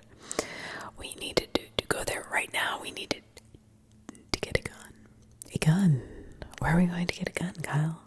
From your dad. He's not going to give us a gun, man. Fine. Then let's scout the place first, and we'll come back with a gun. That didn't seem like a good idea to me either, but what choice did we have? After studying the map for several minutes, we realized the easiest way to access the mine was still through the West Rim Prescott Ore Trail. Oddly enough, we parked at the trailhead and made the familiar hike down the marked trail and then up the beaten path, realizing that we'd traveled past Ambergod Fort on the way, and I knew in my heart that we were going the correct way. We were walking the same path that so many people had before us on their way to Borrasca, but what had they found there? We passed the treehouse, which was as silent as the morning. We walked on in the woods further north than we had ever been before, and soon we were flying blind, hiking in the general direction of the dot on the map and hoping, praying that we'd be still on course. Within an hour, I began regretting that we'd come without provisions, emotional and unprepared. Not good combinations. By noon, we had been hiking for hours, and it seemed to me that we were lost. I tempered the welling panic with the thoughts of Kimber and Whitney and the answers to the mystery that had absorbed my life for so many years. Kyle, for his part, said nothing and kept his eyes straight, and his mission his priority. And then, just as the sun teetered on the apex of the day, we saw an emptiness through the trees and the hard lines of man-made buildings. Kyle quickened his step, and I rushed to keep up. When we finally broke through the tree line, I choked on my own deep breath and fell back against the tree as I looked over the quiet encampment. A large wooden signpost that was almost as long as the entire clearing was still standing near the entrance of the mine. It had been a century old, and most of the letters had been rotted off over the years. From those remaining, I could guess that it had once said, risking underground mine. What was left, however, was skin and demon. Skinned men. That way, Kyle pointed to the north end of the camp. We stepped out from the shadows and into the vulnerability of the clearing. There were several large buildings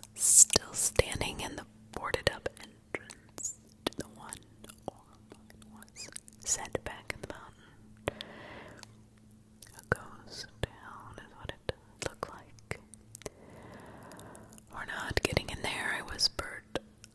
Let's try that building, I said, and pointed towards the one nearby, which was the largest and at least 2 stories tall. We counted to 3 and then ran across the camp to the large wooden doors of the old building. They were cracked open, and when we squeezed inside, I was had no doubts that the death was indeed present. The death of many people present in Borrasca. Whatever it was, whatever it was. Whatever it was. We were standing in what I guess was a refinery, and in the middle of the room was a large silver conical-shaped machine. A conveyor belt fed into it, and the room had a sour smell. Even the dirt beneath our feet seemed to have taken on a crimson tint. This is it. This is where they take everybody. This is the place where people die. Kimber isn't here. Come on. I was only too happy to squeeze back out the door of the building and tiptoe around the side. We rounded a corner and almost ran into a recently waxed, shiny green rock parked there. This is Jimmy Prescott's truck, I breathed. Ooh. What? I know whose truck it is, Kyle growled, not really believing what we were both seeing. We now were on an extraordinarily high alert. Kyle dropped to the ground and began to commando crawl around the building. I followed him, waiting to hear a shout or a gunshot, but none came. We crawled around the back of the building. Kyle turned around to me and put his finger to his lips, and pointed at a one-story brown building that was only a dozen feet away from us. He got into a crouched position and moved as fast as he could across the gap between the 2 buildings. I did the same. As soon as I reached the wall next to him, Kyle whined and twisted and whirled around and put another finger to his lips and pointed up the window directly above us. There were noises coming from inside, and even to me, a 16-year-old virgin, the sounds of sex were unmistakable. We could hear an animalistic grunting and the tired, objecting groans of an old mattress. Unable to help myself, I whispered, "What the fuck?" to Kyle, but he was already gone, all caution abandoned, running around the side of the building. I followed him through the first door we came upon and was hit in the face by an invisible wall of filth and suffering. The smell knocked me back, but Kyle kept running. I followed him in, past crates of ramen noodles, MREs, bottled waters, and boxes. I had no time to read. I crossed another threshold, and I was suddenly surrounded by people, so many people. I skidded to a halt and realized I was standing in a sort of dorm. Rows and rows of beds on either side of me with people strapped to them, some of them wearing dirty rags and some wearing nothing at all. Many seemed to be bloated, and I waited for one to call out to me, but they all remained silent, some watching me through the tired, dead eyes, and others turning away. Looking around, I realized they were all women, and the bloating I saw seemed to be pregnancies. Some were confined to the beds, and others were not. I looked around the room for Kyle. I saw him standing a little further in the long room, looking back at me with the the same confused, wild expression on his face. I saw the realization cross his and called out to him, but he was already running again. I lost him before I'd taken 5 steps to follow. I figured it was probably for the best to just keep running, spread out, and look for Kimber. I didn't see her in this room, and I was sure she would have called out to us if she was. I looked around for another door and saw one cracked open on the left behind a row of beds. I stared straight at it as I made my way there, desperate to avoid the wretched, void eyes of the women around me. First, we will help Kimber, then we help the others. I will come back and help you all, I promise, as soon as I find Kimber. With that, I thought I pushed the door open wide as soon as I'd reached it and found the source of the noises we'd heard outside. It was Jimmy. Something I had been expecting to see, but the scene before me was not.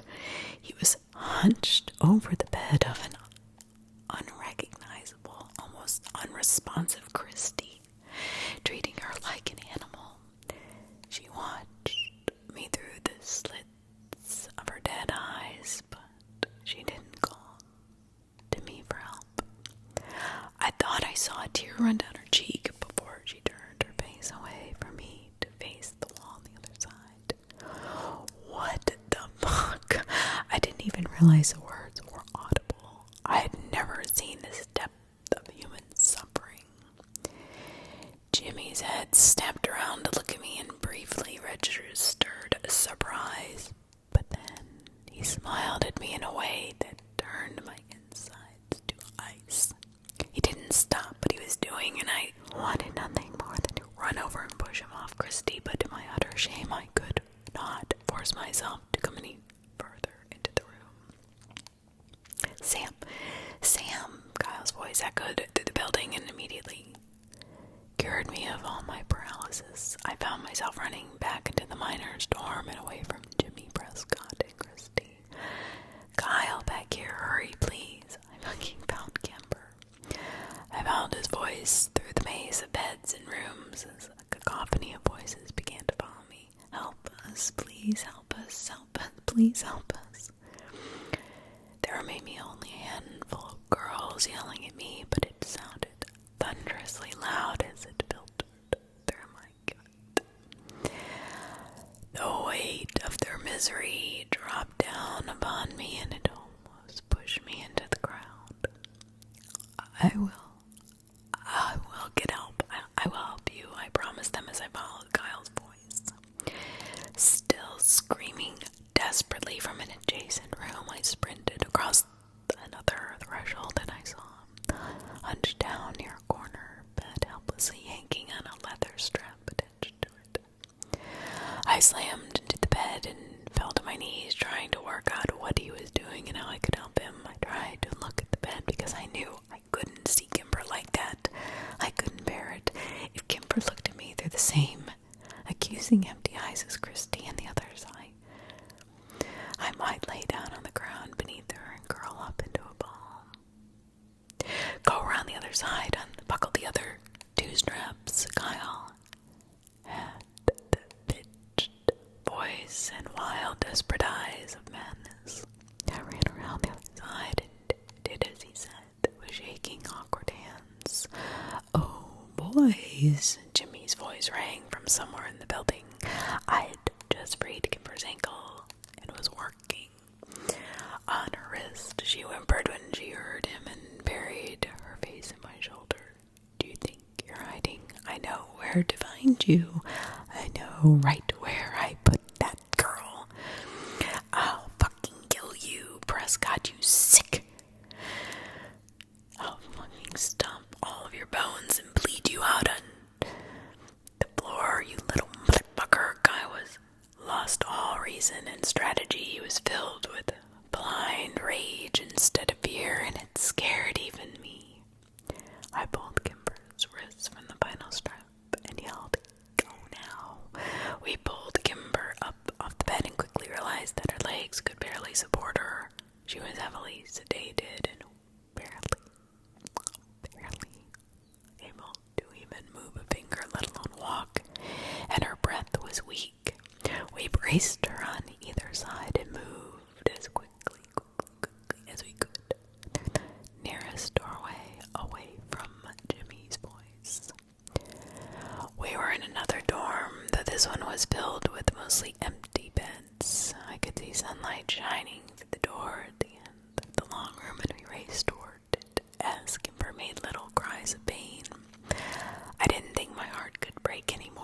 was wrong, because in the next moment it did.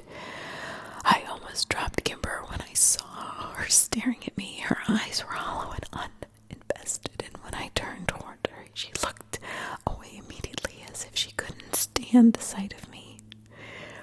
"Whitney," I said weakly. "Sam, let's fucking go," Kyle screamed. "I can't. My sister." I turned towards him as tears ran down my hot cheeks, and Kyle saw her too. I can't stay," Kyle said. "I'm moving towards the door. I have to get Kimber away from here, please." But he knew I wasn't going anywhere now. "Good luck, bro," I said, and then we were both running in different directions. Whitney's hair was long, but it was thin, as was her face. Everything on her looked brittle except for her stomach, which was bubbled out from her like an overblown balloon.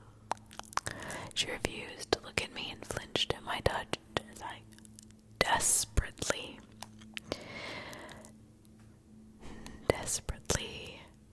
unbuckled her from the bed. I haven't even finished the first belt when I heard Jimmy walk up behind me. I didn't bother to look at him and stop trying to free my sister. I didn't know what else to do.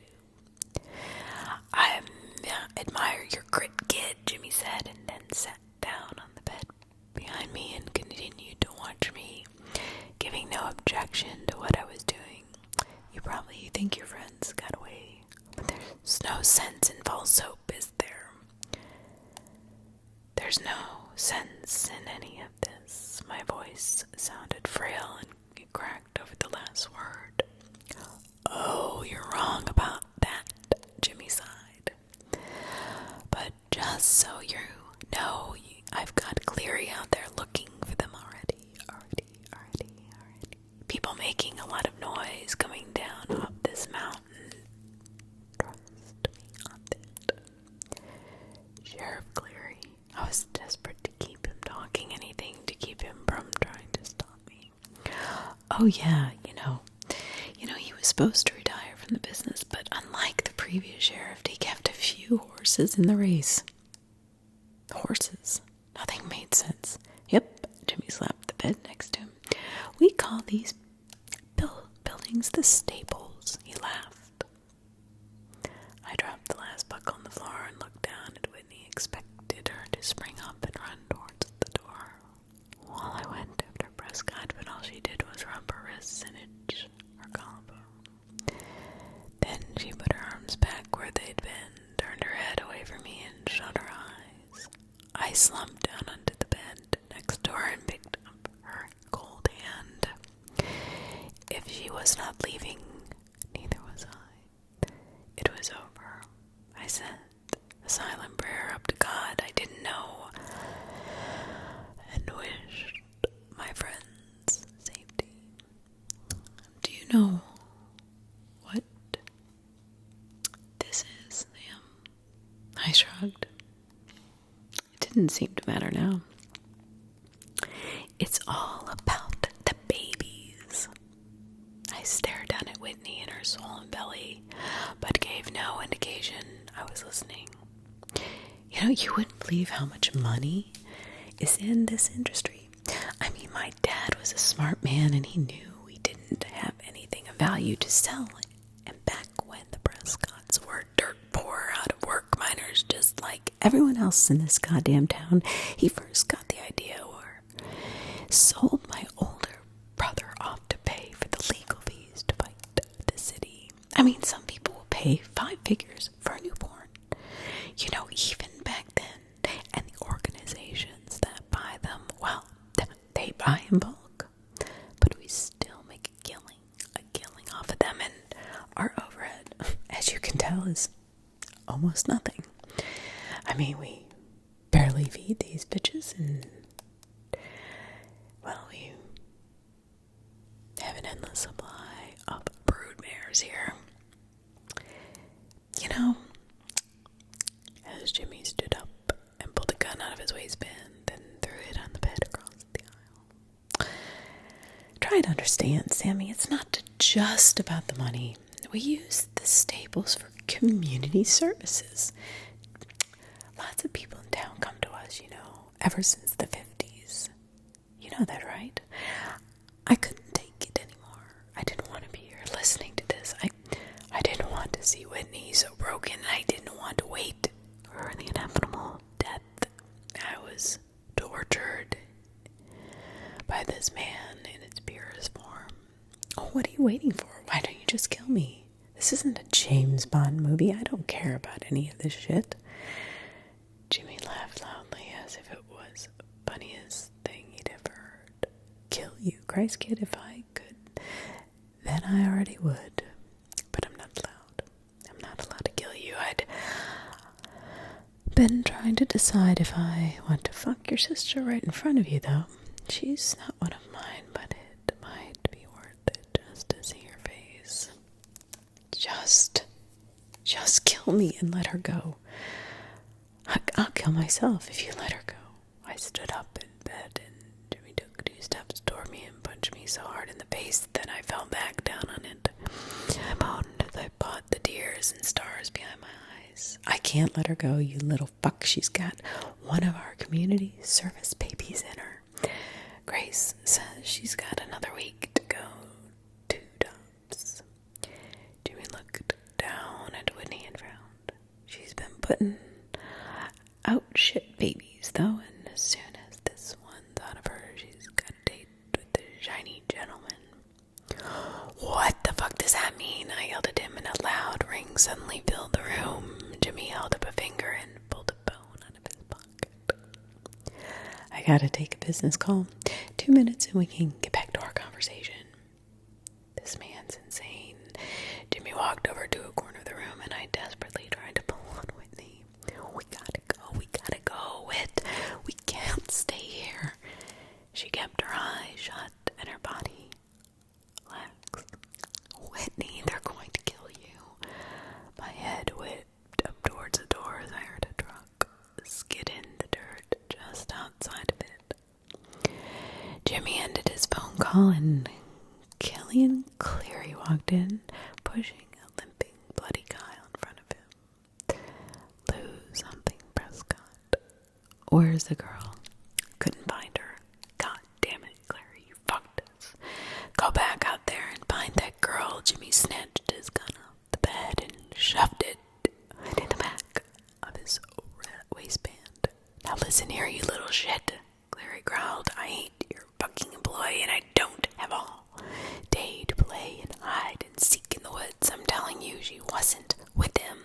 I guess if you want to know where she is, you should just get it out of here.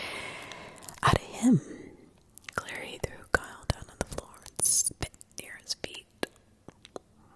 I gotta do your job now. Jimmy walked over and without any hesitation kicked Kyle so hard in the ribs I heard some of them snap. Snap, snap, snap inside his chest. I winced with pain for him. I tried to stand up, but I was really dizzy and fighting off the darkness. Where's your girlfriend, Landy?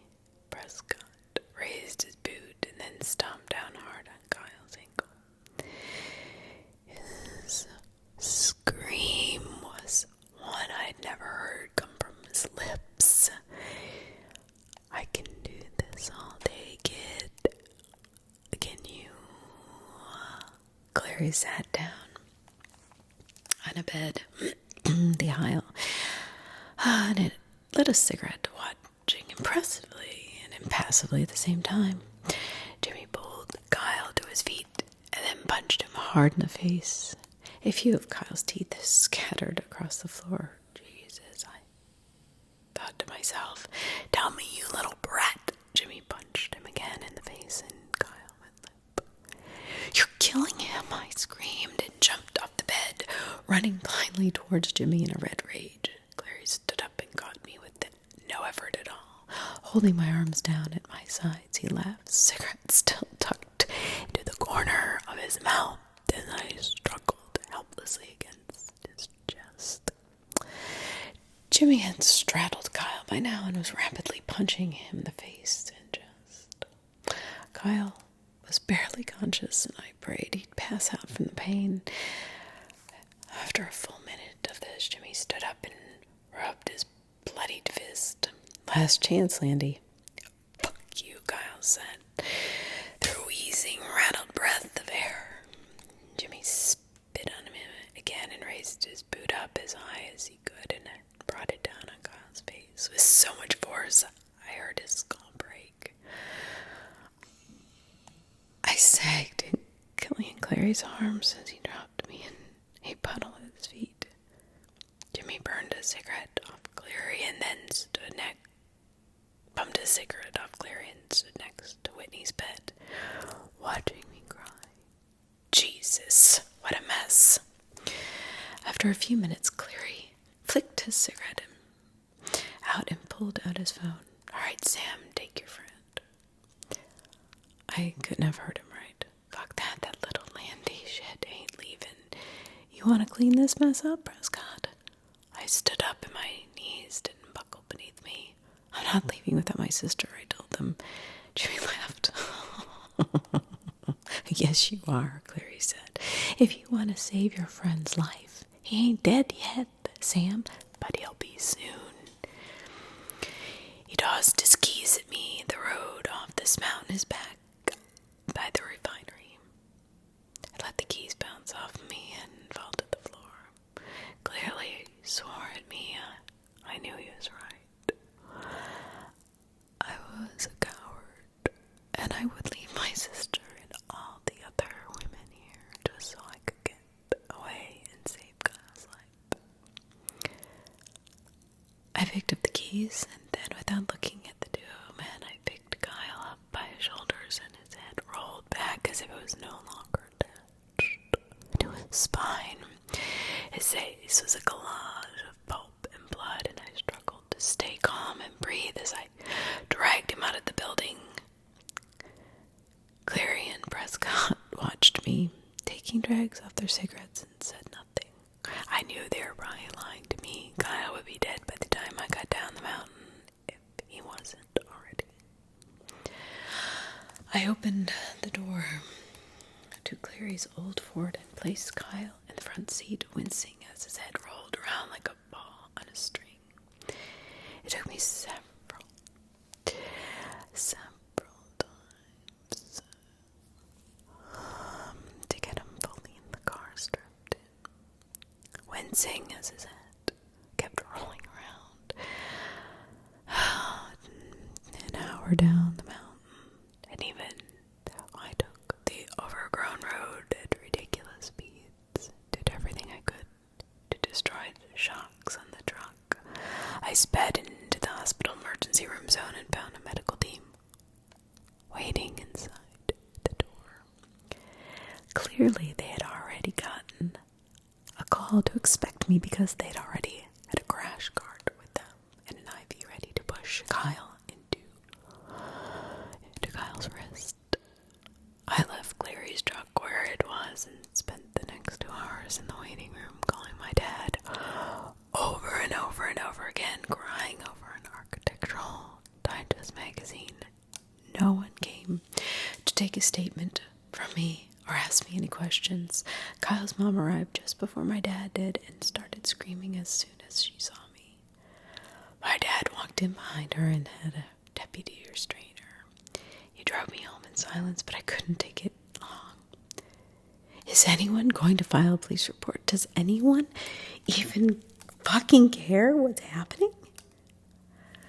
Sam, he didn't even turn to look at me. I'm doing my best to do damage control on the situation, but if Kyle dies or his parents sue, there's nothing I can do to keep you out of court.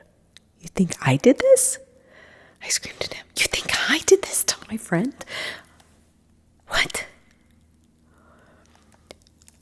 We're not going to tell your mother, all right? She's had enough to worry about. Dad, Kimber, it was fucking Prescott and Sheriff Cleary. Yes, you arrived at the hospital in Gillian's truck. We already talked to them both. Frustration burst at every cell in my body, full of rage. My next words came out jumbled, stuttering mess that ended up in a helpless scream. We pulled into our driveway. My dad turned off the car and finally turned to look at me as I struggled to catch my breath. Samuel, we need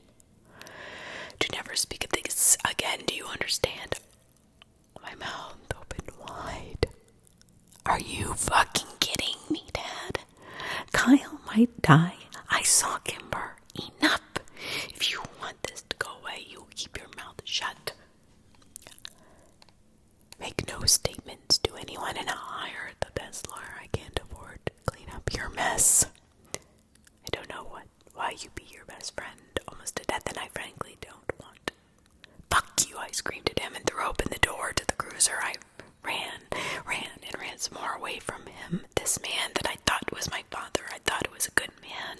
My broken life. Everyone seemed to know. And he didn't even bother to come after me. Not that day, or any day since. Since everyone in town thought I was a violent thug, no one would let me stay with them when I called it.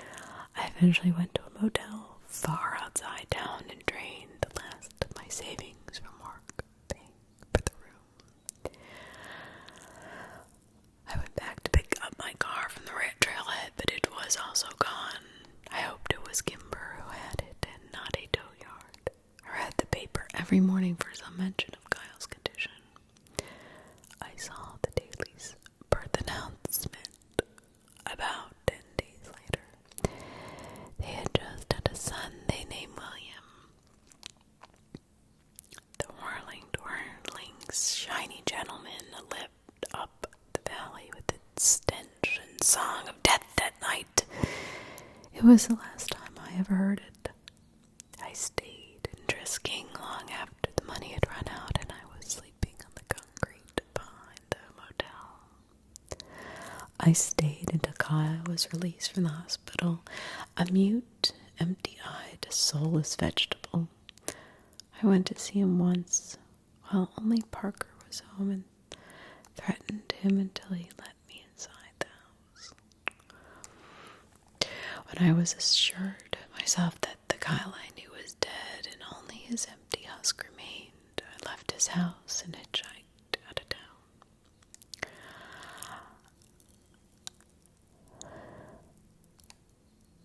I spent 4 drunken, drug-fueled years in Chicago. I came home one day to find a letter waiting for me. It didn't have a return address, but it was postmarked California. I knew it was her from before I'd ever picked it up. She'd written so many of my assignments for me that I knew Kimber's handwriting better than my own. Inside it was a letter. The letter. I read it only once, many years ago, until I sat down to transcribe it today. My Kimber, I know you're not going to understand why we did the things we did. It was all born originally out of love. At least it started that way. It really did. You're everything to me, and you'll always be my daughter. Do you understand? I'm leaving this world because of what I've done to you, not because of what you are. I don't want you to be upset about what you are, because who you are is beautiful, beautiful, beautiful. My dearest, this town has done horrible, horrific, unspeakable things, and all of us who live here are guilty. Read this letter and leave. Please leave. I need to tell you all of this. I need to start at the beginning. Somewhere, I don't know, years ago, along the way, decades ago, the major population of Drisking became unable to bear children. Most people blame the town for letting the iron ore leak into our water table during the collapsing of our mines. This is the same water table that still provides the town's water today. They never were able to quite fix it, and ore is toxic and expensive.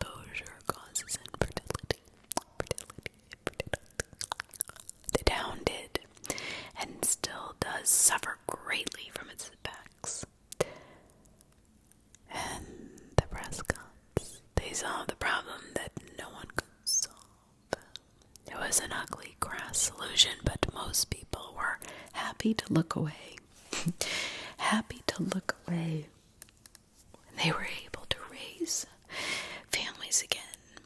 You see, they took girls, mostly women from other places, and they impregnated them and gave us their babies.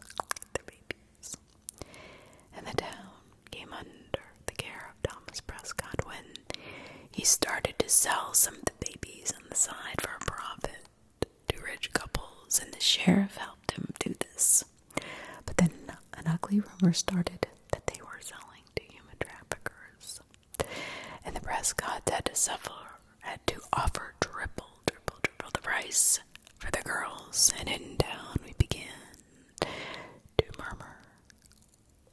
But we once again turned the other cheek when the city was suddenly flooded with money because of how well the traffickers paid. People had well-paying jobs again. We were proud to call Drisking home, so we said nothing. And those that did were taken to the mountain, because that is where they do it. There is a place on the mountain where the women are taken, Kimber, drifters, runaways, and if their parents chose it, sometimes the girls in town are even sold back. They arrange to sell the girls, and they meet them at a tree halfway between our town and their baby mill. Sometimes kids play there now. I think you played there before.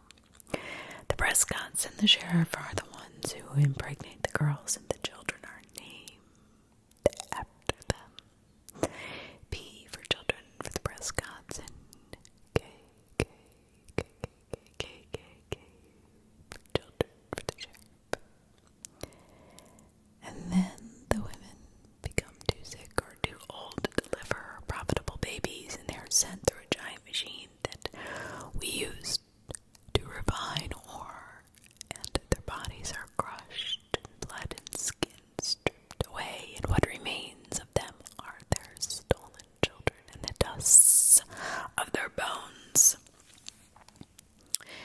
And all that's left of their bodies is the powder that they spread over the mountain to hide our unspeakable crimes. I am telling you this, Kimber, because you are one of those children. Most of your friends are those children. Please get out of Drisking before your father finds this letter. Run away and never go back. Never speak of it to anyone. Their industry has deep roots now, and the traffickers have lofty connections internationally. Don't tell anybody. Don't keep this letter. Do not look back. I love you so much, and I'm sorry to leave you. We all have to answer for our sins, and I'm ready to burn in hell for mine. Love always and forever. Mom.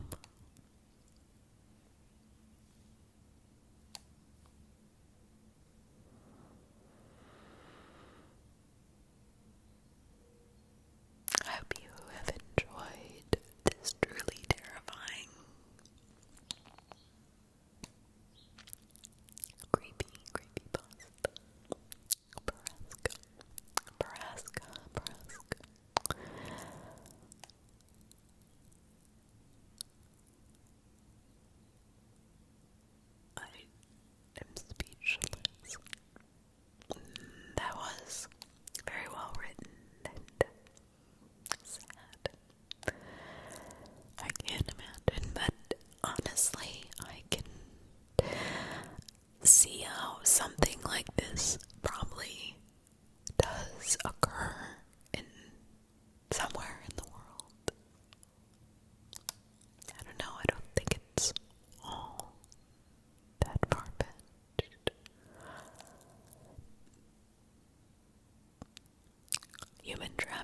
is a serious, serious crime, and we have to be careful. We have to watch our children.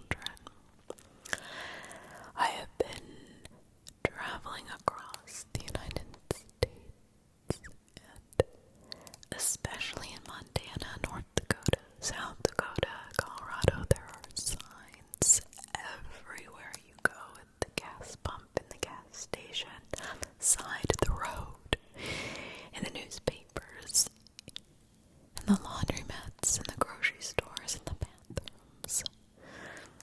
To watch your children, never take your eyes off them, because the human trafficking out there is so rampant. Be careful if you have children. Be careful if you are young. It doesn't discriminate. It doesn't care how old you are. Trafficking people is a serious problem for different reasons, not to just sell young people for the sex trade, but organ donating is rampant. There's so many different sick things out there that people will pay for. Always be on your guard when you are anywhere now. I mean, it is money talks, and that's the problem, is that these people in general, their organs, their bodies, their abilities, whatever, they're sold for meat. I mean, for their human meat. It's sick.